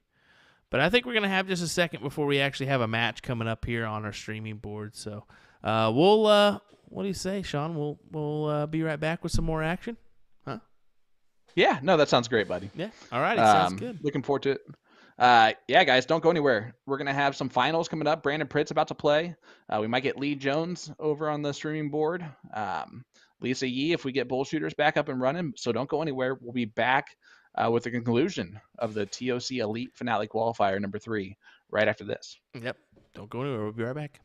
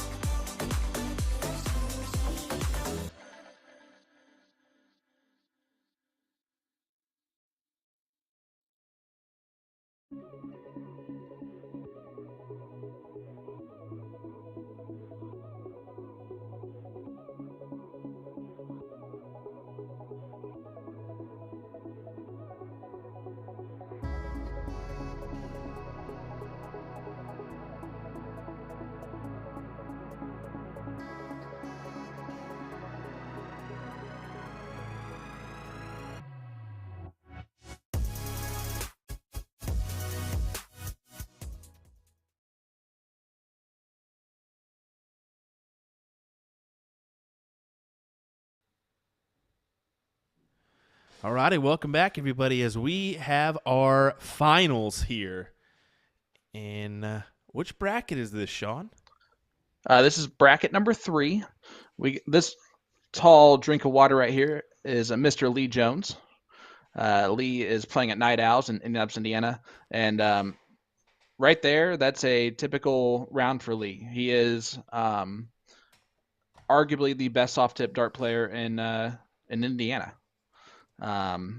at least one of the ones that's up there. He just does not travel as much as he used to, but he is our current Indiana state champion for Masters A. So you'll see some great averages out of him. And speaking of great averages, he's playing against the 18-year-old from Minnesota. That's Mr. Tyler Henze. Tyler actually defeated Lee earlier in this, so Tyler is your king seat. He has to get defeated 3 different times by Lee. Lee only has 1 loss, though, so Tyler still has to beat him twice. I know Tyler very well. I know Lee extremely well. I think Lee gets this done if Lee throws his darts. But anything can happen. We'll see. We'll see. Tyler's a tough competitor, Han Solo, as we know him. Of course, you all know him as Rick Henze's son. Some people put it that way. Which here soon, Rick's going to be known as Tyler Henze's dad. So yeah, well, you aren't wrong there. Watch out. Well, James Edwards, who we've featured all day long, is in the chat. What's up, brother? Hey, man, congratulations. Did great today. Way to get qualified. And, of course, shout out to Lee Jones. Another great 6 mark from him. And, again, he's so smooth. He makes darts look so easy. Big dude who has a big heart. There's not too many people who have a bad word to say about Lee Jones in the dart community. And if they do, it's because they don't know him very well. True. Very true here, sir. As it looks like Brandon Pritz, who's in the finals, is now waiting on Mike McKimmey. He's actually playing at the same bar location as Mr. Lee Jones. So Night Owls has proven to be a good location for us today so far. And the really cool thing about that is that on top of Lee being on the streaming board for the finals here, Mike McKimmey, we have Brandon Pritz's point of view. So once this one is concluded, we'll be able to go over there and still see Mike McKimmey play too. That will be nice for you Indiana viewers. Hey, I know I love it. And you guys know you do too. Especially we got Tyler Henze, one of our favorites in that's not in Indiana, right? I mean, just what a great kid, 18 years old, and just all the talent that you can have. And it really that's the cool thing about darts, right? Tyler was born with one hand and is excelling at a young age at a really cool sport. And that's something that darts can do, is it really just evens the playing field overall. And he is taking full advantage, and his dad loves the sport, and now he is doing the same thing as Lee, taking control of this leg. Only a 4 to a 3.71. We're going to see those averages jump. I'm going to tell you that right now. Now, they have been playing for quite a while today. That they have. They've been playing for, well, going on what would be 4 hours now. We start at 1:30 here for most of these individuals, maybe a little bit later than that. There's Lee, gets leg number 1 completed. Again, he has to triple dip Tyler Henze. So this first is going to be all cricket. If Lee wins this, then it will go to the 1-loss format, which is Cricket 01. And whoever wins that, it will still say the same format, Cricket 01. And if it goes the distance and Lee and Tyler split those two, then it's just 1 game of cricket for all the marbles. And Lee takes full advantage of Tyler only getting 2 marks on the 20s to get started with a big 7 mark. Yeah, massive hit there for Lee. Yeah, Tyler maybe playing with a little bit of pressure behind him here. Who knows? Kind of see as we go on here. If this goes into a 2-0 kind of waxing per se, then maybe you would feel that way. But looks like Brandon Pritz and Mike are underway now. Just starting off with their cork. Good one for Brandon as he starts off with a 140. Nice 7 there from Lee. And I would say this right now, if Lee was qualified in the top 1,000 of the All-Star rank list, he would be one of the top 10 favorites for Division One of the CSC Challenger Series. That's how talented he is. And look at this from Lee Jones. Big 6 mark again, a 6.67. Tyler Hensey, a 4.33, and staying with him. And again, Tyler's already defeated Lee once.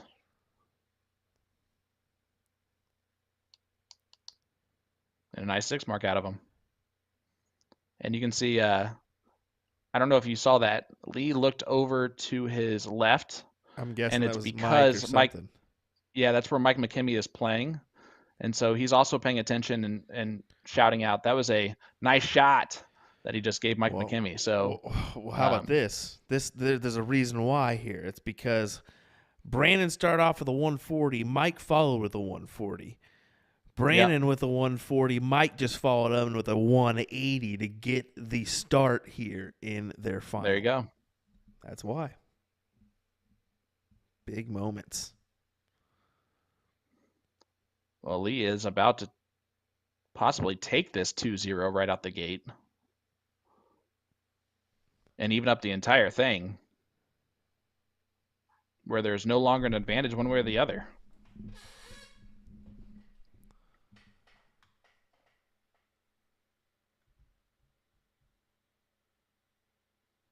And there it is. Lee Jones wins the first one. So we're going to... Do you want to head over to Brandon Pritz real quick? Yeah, we can do that. Because now it's 1-1 on their actual scoreboard, so they still have 2 matches left to play no matter what. Yep. Of race 3. So we can head on over and see Mike McKimmey versus Brandon Pritz for a good minute. This is going to be, again, Night Owls, Indianapolis, Indiana, where Lee is playing out of. And then King Seat in Holiday, Florida is where Brandon Pritz is playing.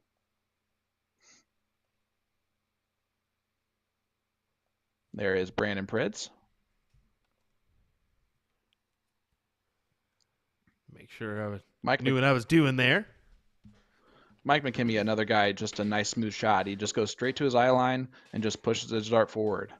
And that's just very consistent. Same thing that Brandon does. I was just sitting here thinking to myself as I was kind of panic pushing there. Man, a leg and a set scoreboard would be nice here. Oh, yeah. Yeah, especially in the triple dip format, that could be potentially could be nice, or you do that somehow, maybe loss record or something. I don't know. Well, I like it. Something to think about for TOC coming up here. Yeah, if you build it, it will exist. Very much so. Brandon's shaking his head at that one. Yeah, that's a great last dart. Gets the point lead back, but Mike McKimmey a chance to regain control pretty quickly. Allie in there, she's been with us all day long saying, come on, Brandon. Been rooting hard for Brandon all day long.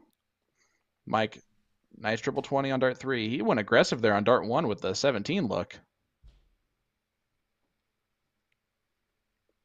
And Brandon Pritz is a Division I CSC Challenger Series player and someone who's been named a favorite. And that's why. What a 9 mark, 8 mark from Brandon Pritz. Let's see what Mike can do on the 16s. Not enough. Even with that trouble on the last one. Still down 15 points. Look at this. Ashley Jones, again, Lee's better half, still in the chat. And now she's just immediately rooting for Mike. She's not like, where's Lee's match? No, she's going to also be rooting Indy. That's what we love. James Edwards saying, come on, Mike. Tyler, have I told you how much I love that Night House has the camera system working?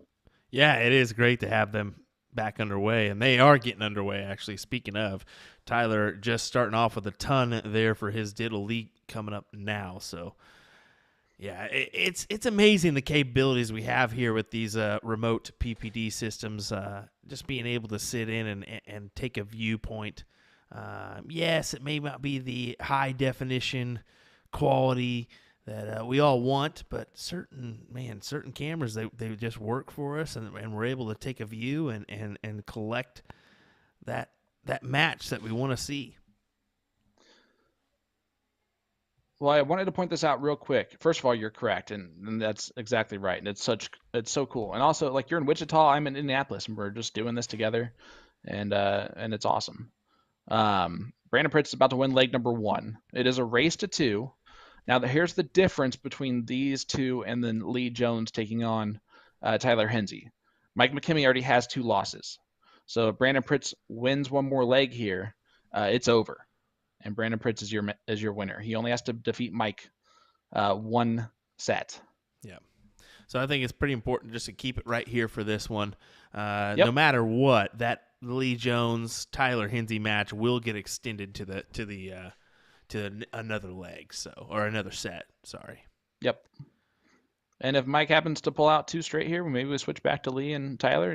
We'll figure it out. Yeah, we'll keep it going. I've got 2 scoreboards now rocking, and I'll keep the Tyler Henze Lee Jones one updated and maybe flash that when needed, so that we know where that action is currently. So maybe I'll put in the. We got just over 200 people watching along with us, guys. Hit that share button. Let everybody know. We are live here as boom goes the Floridian for Brandon Pritz. Holiday, Florida King seat. And, man, he is throwing very well. And Mike McKimmey, I think, just wiring. Yeah, that's tough.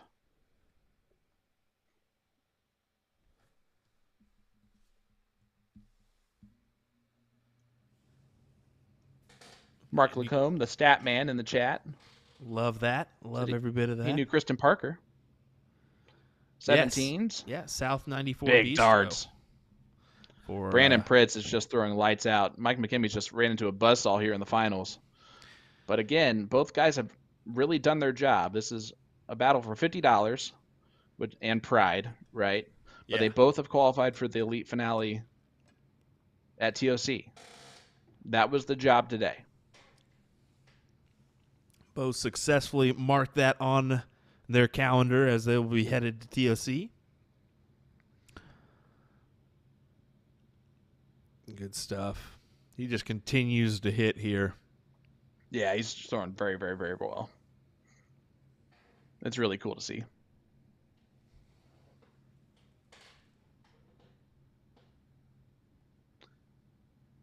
Big darts from Mike McKimmey, though. He's not going to give up quite yet. 7 mark on the 16s. Yeah, but Brandon's just throwing so well. He's solid right now. Look at him take advantage. Go ahead and collect on the 16s. Point. Oh, he went bold. Oh, he went go ahead, just forego it. He says, I'm throwing so well, does it even matter? 7.25 to a 4.75. Brandon Pritz, everyone. Could this be a gentleman to kind of circle as a man to watch out for? Oh, absolutely. Now, that being said, he actually lost to Gabe Steffen, so he is on the loser side of the bracket in Division 1. Wow. So he takes on Austin Braswell. Well, it could be some nerves behind. Is this his first CSC? It is. Okay, so there could be a little bit of nerves behind that one. All right, well, Mike McKimmey, all he can do is close some stuff and see what happens. And, yeah, nice double 18. So Brandon Pritz, 1 point away. There it is. Brandon Pritz is your champion. Wins that bracket level. Mike McKimmey, shout out for the second place finish. I know that wasn't what you were looking for there, but oh my goodness, look at this. Tyler Henze. Throwing a 6.25. As we head back over, this will be the final match of the stream, correct? Yes, I believe so. I don't think, unfortunately, the bullshooters cameras are down right now. I don't know what happened to that, so it is unfortunate, but it is what it is. Well, that makes our score line now 1-0 in favor of Mr. Tyler Hinsey. Yeah, and remember, so this is a one-loss each matchup. So what that means is they're playing Cricket 01 is the format here. Yeah, Lee was not happy with his release on that second dart. You could see it. Dart 3, though, is beautiful. That is Miss Amber Hardwick in the background watching Lee Jones. Shout out to Amber. One of the best shots in Indy for female players. And honestly, for dart players. Kind of update that scoreboard so everyone knows. There you go. I like that. Just something. Nice last from Lee. Needed it. So here we go, guys. Hit that like button. Hit that share button. Lee Jones, bullet. And Tyler Hinsey, hand solo. Nice 7 mark from Tyler. This is going to be a high-quality affair here, bud. Yeah, you knew it, and thankfully you pulled Leon over to this board so that we had the action rather than, we would be done right now without it. So good stuff for you to do that one. And it's nice getting a viewpoint here. Big dart. Although it's small, a viewpoint there of Tyler Hinsey. Good 5 from Lee. Great 5 mark from Lee Jones. But Tyler, of course, just going to keep rolling. Big darts. Oh, he went for it, and I like the look. I know I mentioned this earlier, but again, I've played Lee Jones in 2 matches in a no handicap league, which were 15 legs total. I lost 15-0, and I've lost 14-1. Wonderful. Yes. It is wonderful. So much fun to play against Lee Jones, let me tell you. Mike over there getting some handshakes. Tyler Hinsey's having fun with it right now. As he walks either to the bar or walking on home. Just wanted to point that out from Mike. Good shots today, Mr. McKimmey. Yeah, he shot great. What a 7 mark there for Lee. How about 1080 Live in the chat saying, hey, fellas. What's up, Mr. McMahon? Yeah, hey, Jeff. Nice darts again from Tyler. He is rising to the occasion right now, throwing great. 18 years old. Oh, Lee went for it. Great dart. Tyler. Big darts from Tyler Hinsey. Wow. Jason Ives in the chat. The man, the myth, the legend himself. My partner for To The Point Streaming. Love it. Hope you're doing well, Jason.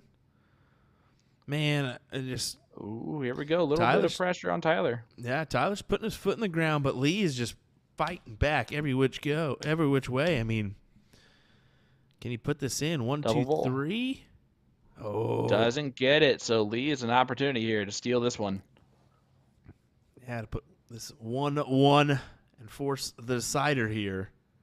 Needs 4. Needs 2 doubles. Not going to get it. Ain't happy about it either. Oh, no. So Tyler's going to win this one, and it will go back to the same format, Cricket 01.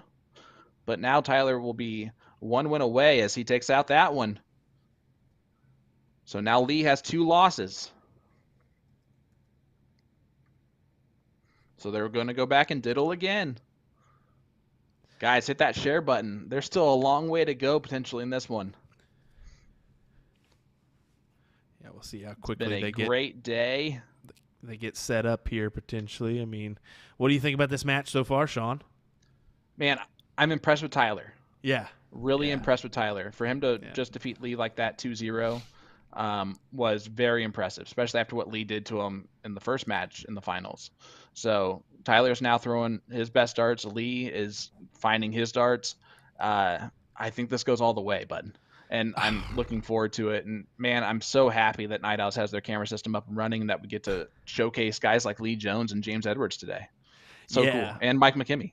Yeah, I mean that is the best thing. We're starting to get more and more of these programs and more of these cameras out there. So with more cameras means more faces, more names, and more big darts that we can show off to the world. So if you're interested in getting a camera system, reach out to the PPD, Partners Promoting Darts, dartstoc.com. If you need some contact information, you can find it there. They'll be happy to help. I am sure of that one. We'll head back over to Night Owls as we see they're setting up here, getting underway with our diddle once again. Jeremiah Millar got it done, by the way. Did. Okay, good stuff. So Brandon Pritz, Jeremiah Millar are some winners here in our coverage. They're the only 2 winners so far. The finals are going on in each of the other brackets for the men's, including this one. Lee Jones, Tyler Hensey. This is the 3-dart diddle. And Lee's not going to get the start. So Tyler Hensey is going to get the start here in leg number 1. If Tyler defeats Lee in this matchup, Leonard does get it done just now. So Leonard Gates is your winner in bracket number 1. So here we go. Tyler Hensey wins this. Race to 2. 0101, or sorry, Cricket 01 is the format if it goes to the last leg decider. And we are doing this. Alvanita did lose to Kelsey Goforth, unfortunately, in the 3rd place match. So it was set to be an all bull shooters matchup between her and Lisa Yee, but now it's Kelsey Goforth of St. Joe, Missouri, taking on Lisa Yee in the women's bracket number 3 final. Well, Miss Higgins is tuning in from Indianapolis. What are you doing in Indy? Tracy Young, Kelly Sip of Seattle. They're in the finals right now of the women's bracket number 2. We still have a couple awaiting the women's bracket number 1 as well, but just to give you an idea. Well, Miss Ginger, you got to get out to some of the blind draws in Indy. There's some great ones around. I'd love to see you. Mike Scarborough besting and getting to the finals here, where he'll take on Mike Segal. Yeah, it's good stuff. Again, Leonard just got it done in his bracket, so now there's 3 done. Hilger managed to take 4th, so he will get his spot. As I'm looking forward to doing some food reviews with Mr. Porky at TOC and maybe Shark Tank this year. Okay, so you're getting some good little segments, huh? Oh, what? Did I say that out loud?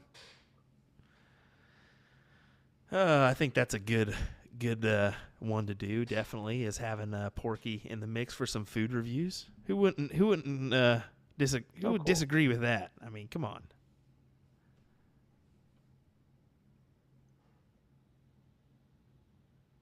He's upset with himself here. Tyler. Well, yeah. I mean, I've never seen him shoot even a 275. I've never seen him shoot that. But Tyler's shooting phenomenal right now. I mean, look at this. He's just not missing, bud. No, he's Big not. darts from Tyler Hensey.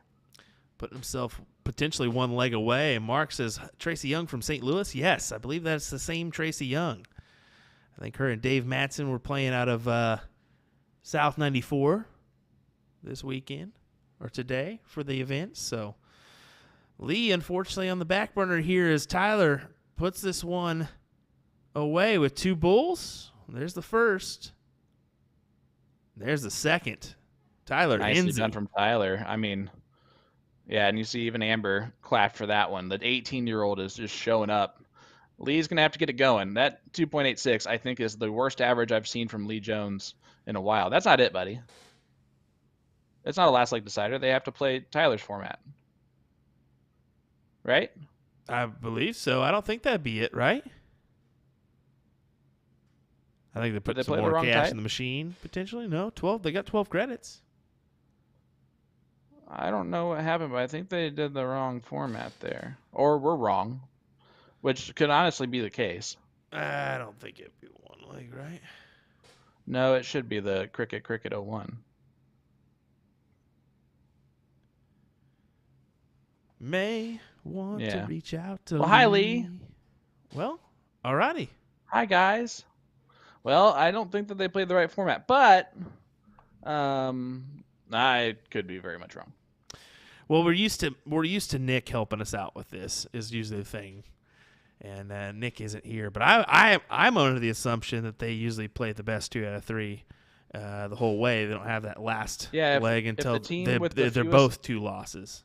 If the team with the fewest losses has 1 loss, use the lose format. So it should have been cricket 01. Yep. I'm assuming. We'll figure it Well, out, I guess, along the way. But I mean, if they can still technically do it. Whatever. Yeah, James, I know that, but it still should be the 1 loss format. Yeah. Which is cricket 01. Yeah. It should have been a race to 2. Yeah. I believe so. On it. Carly says on it. Okay, so Carly's already on the ones. I was assuming the same. I was like, this should be 1 more leg at least. I was pretty sure I was right, but I wasn't, 100%.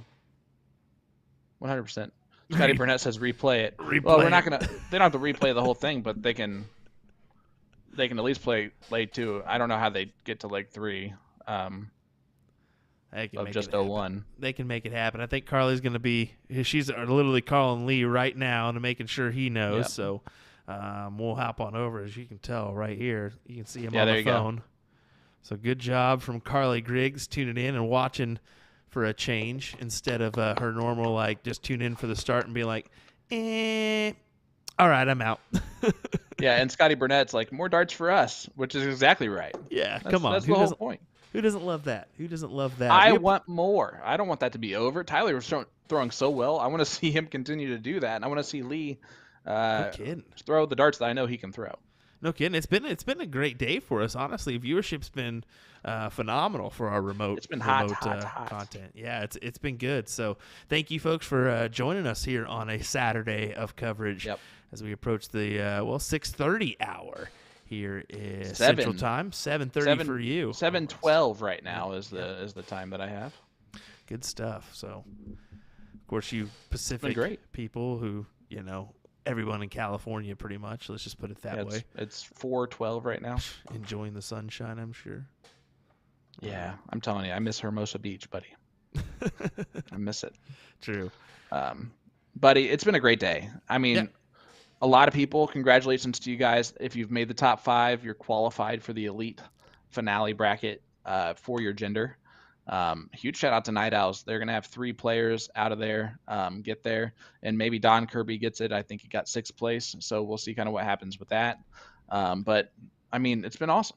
It's been a great day. Huge shout out. Monday, CSC Challenger Series, we have the older Henze, Rick Henze, in Division 1, taking on Mike Carter. So that's going to be from Bull Shooters Saloon. So that's going to be a great time.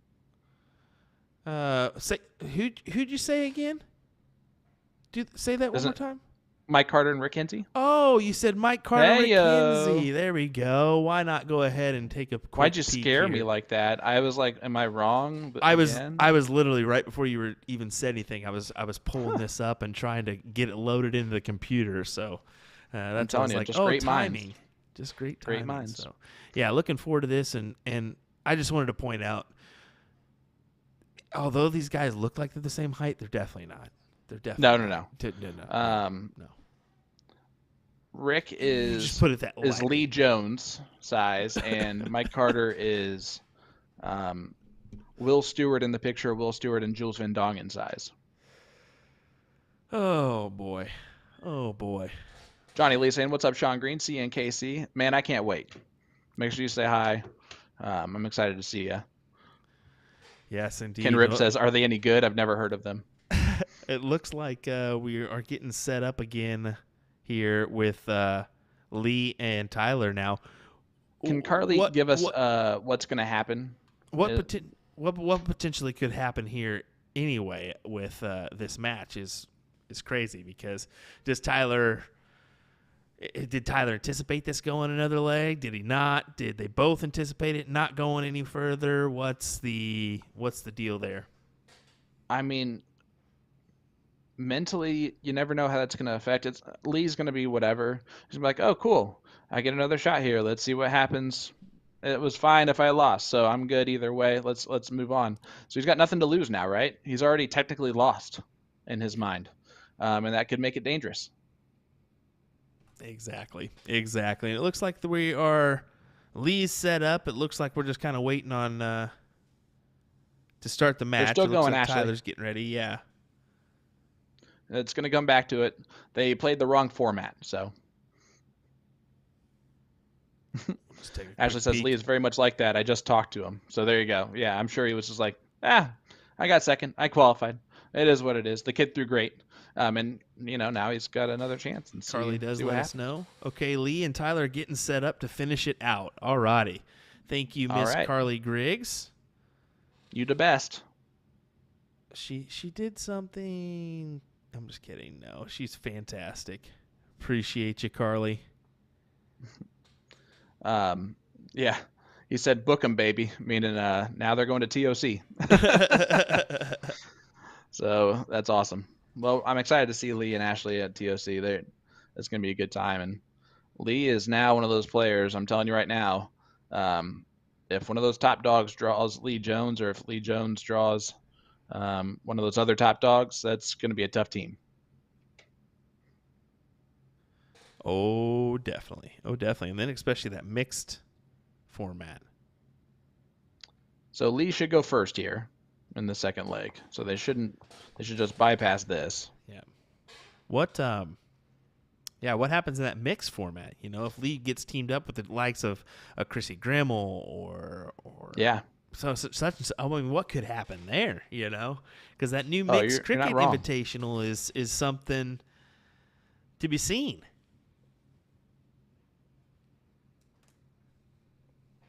I like how Tyler gave himself the 20 anyway. Instead of the 1. Okay. Nope. No. Lee should get the start, correct? Yep. Lee should go first. Yep. Boom. How'd they even get that wrong? Boom. You're killing me, Smalls. You had one job.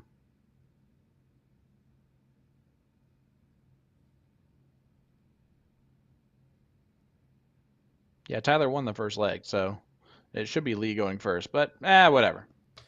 It is what it is. It is what it is here at this point. Let it play out. Yeah, I think Lee Let it ride. Lee's realizing it right now. Yep. Lee's like, it should be me. Go ahead and kick it on over, Tyler. No, so they're in the they said that they're just kicking through this one. So that's why Tyler. Okay. So Carly is saying they're punching through the first game, so if it goes to a tiebreaker, they have the 501. So they're just going to make sure that Tyler wins this one. This guy's cheating. Yeah. This guy's cheating right now. Look at this. These stats are going to be huge. Look at this Tyler Hinsey guy. Who's this guy? Yeah, I think they now figured it out. Okay. Oh, cool. Tyler's going to throw a perfect game. Look at this white horse from Tyler Hinsey. I'm going to laugh if he hits 9 3 mark, number 13. My God, it's a perfect game, 8.25. Oh, my word. Tyler Hinsey does it. Perfection here in the remote TOC qualifier. Wow. And that's the first time I've ever realized a perfect game is an 8.25. Oh, my goodness. Absolutely insane standard here from Han Solo Tyler Hinsey. The 18-year-old's just making history. Oh, the first ever 8-darter to win a cricket leg with the double bowl. All righty, here we go. 1-0 is our actual scoreline here after what a debacle of our first leg. All right, 5 mark there from Lee. Potty's in the chat. Skip Whitlock saying hi. Tyler, a 5 mark right back. Lee's now just on his phone.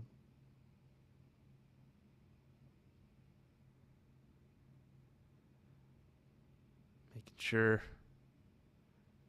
we're still good here, per se. He does find the triple at the second, not even hesitating, saying, I'm not looking down for nothing. I know what this kid can do. 5.0 for both of these guys here. Man, look at this. And another 5. So they're going back to back to back to back 5s here to get started here. Here. Here.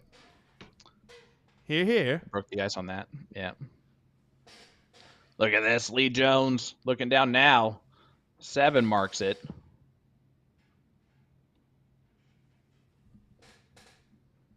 This is about what I expect out of Lee. And it has been what I've come to expect out of Tyler today. Guys, hit that like button, hit that share button. Still got the finals going on here.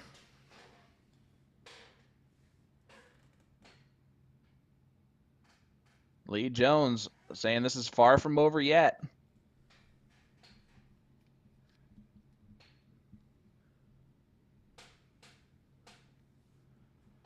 Bullet is sponsored by the Indianapolis Darters Association, which is the steel tip organization in Indy. He's on the board of the IDA as well. And nice darts from Lee. Goes bullseye on dart 3.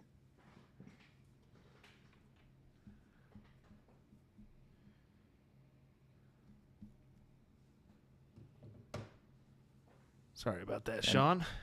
No, you're good. This one's looking like it might go to a last leg decider again. Yeah, and if definitely. Lee wins, then it's just a race to 1 of cricket. Lee has definitely put himself in position here to force a decider.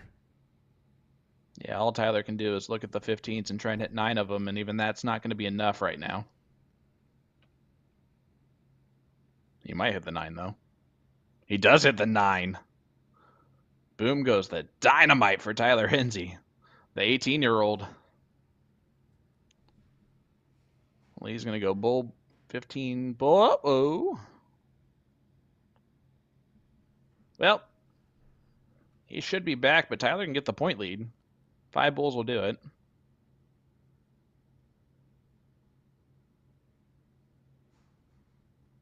He gets 4 of them. So 1 bull for Lee. We'll go to a last leg decider. The 0-1.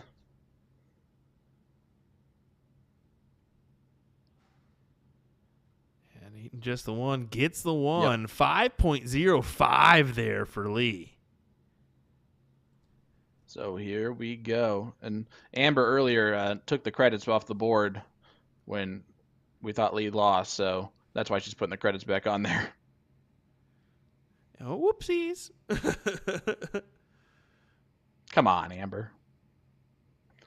All right, Tyler's going to go first. This is the all-important diddle here. 3-dart count up. It's open and open out full bull. And that's a heck of a dart there from Tyler Hinsey. 135 is going to be tough to beat. It says Stefano in the chat.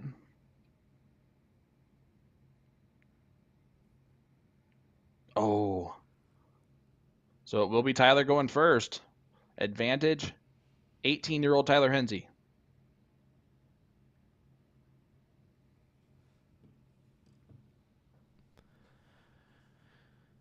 See if he can successfully put this one away for what we'll say a second time. Hey, this is Tyler is impressed, and this is the advantage right here. There it is, and he's going to start off with a big fat bull, looking for 3 of them. Got 3 of them. There it is. That's the thing. This is a big, big advantage in this format for Tyler as he gets the first look at a checkout potentially. Now, Lee can go hat trick here. He does. That last start looked like it just banged off the flight of the second one and counted because of how hard he threw it. But now, Lee's going to have to shoot at the trip 20s if he wants to get the first look at a finish. I feel he has to. He has to take the look here because Tyler's set himself up for a potential 10. You got to take the look at a 9, and he's doing it here. Oh, Yeah, he knew what to do, though. Not meant to be.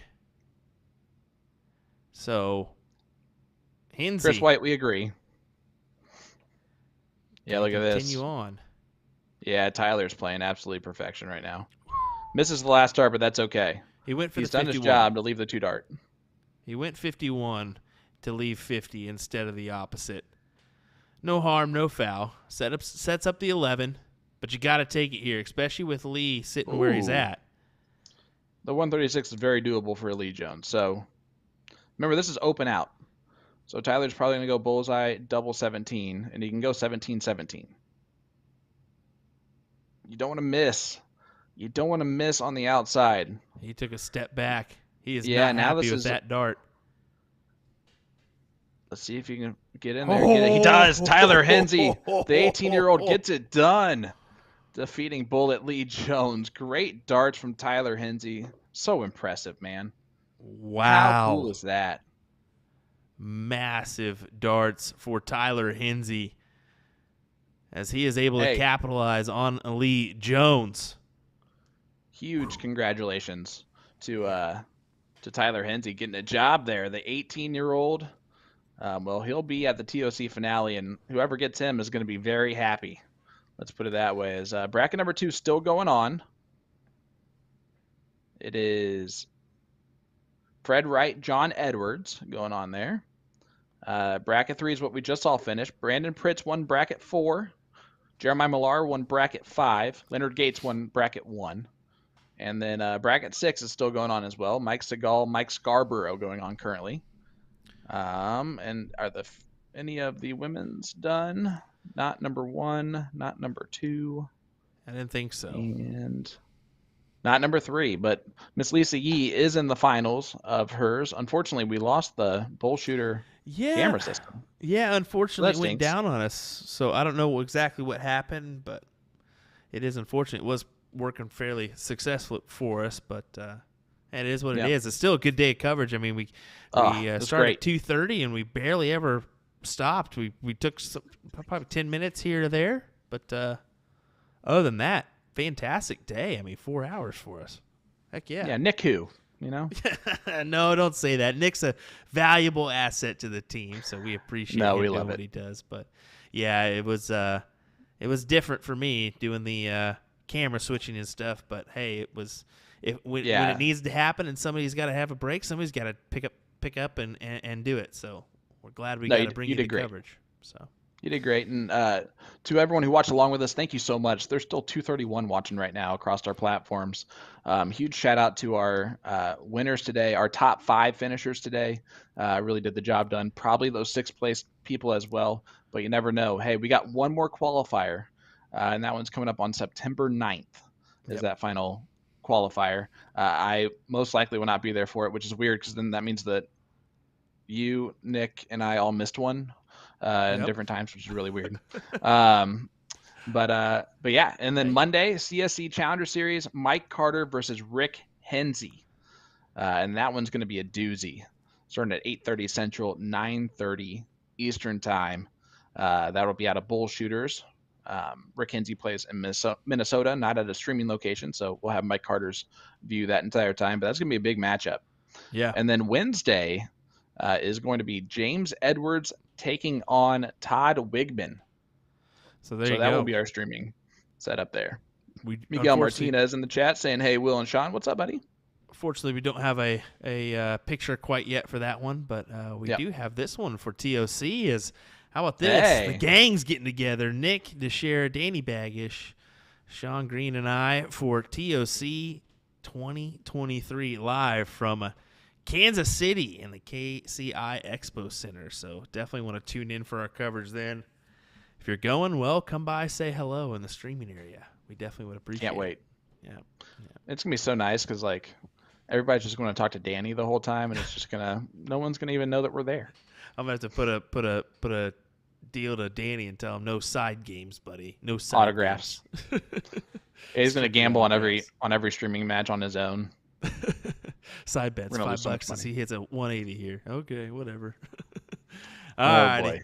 Well, we appreciate you. We appreciate you joining in for the fun here today for our TOC finale qualifiers here.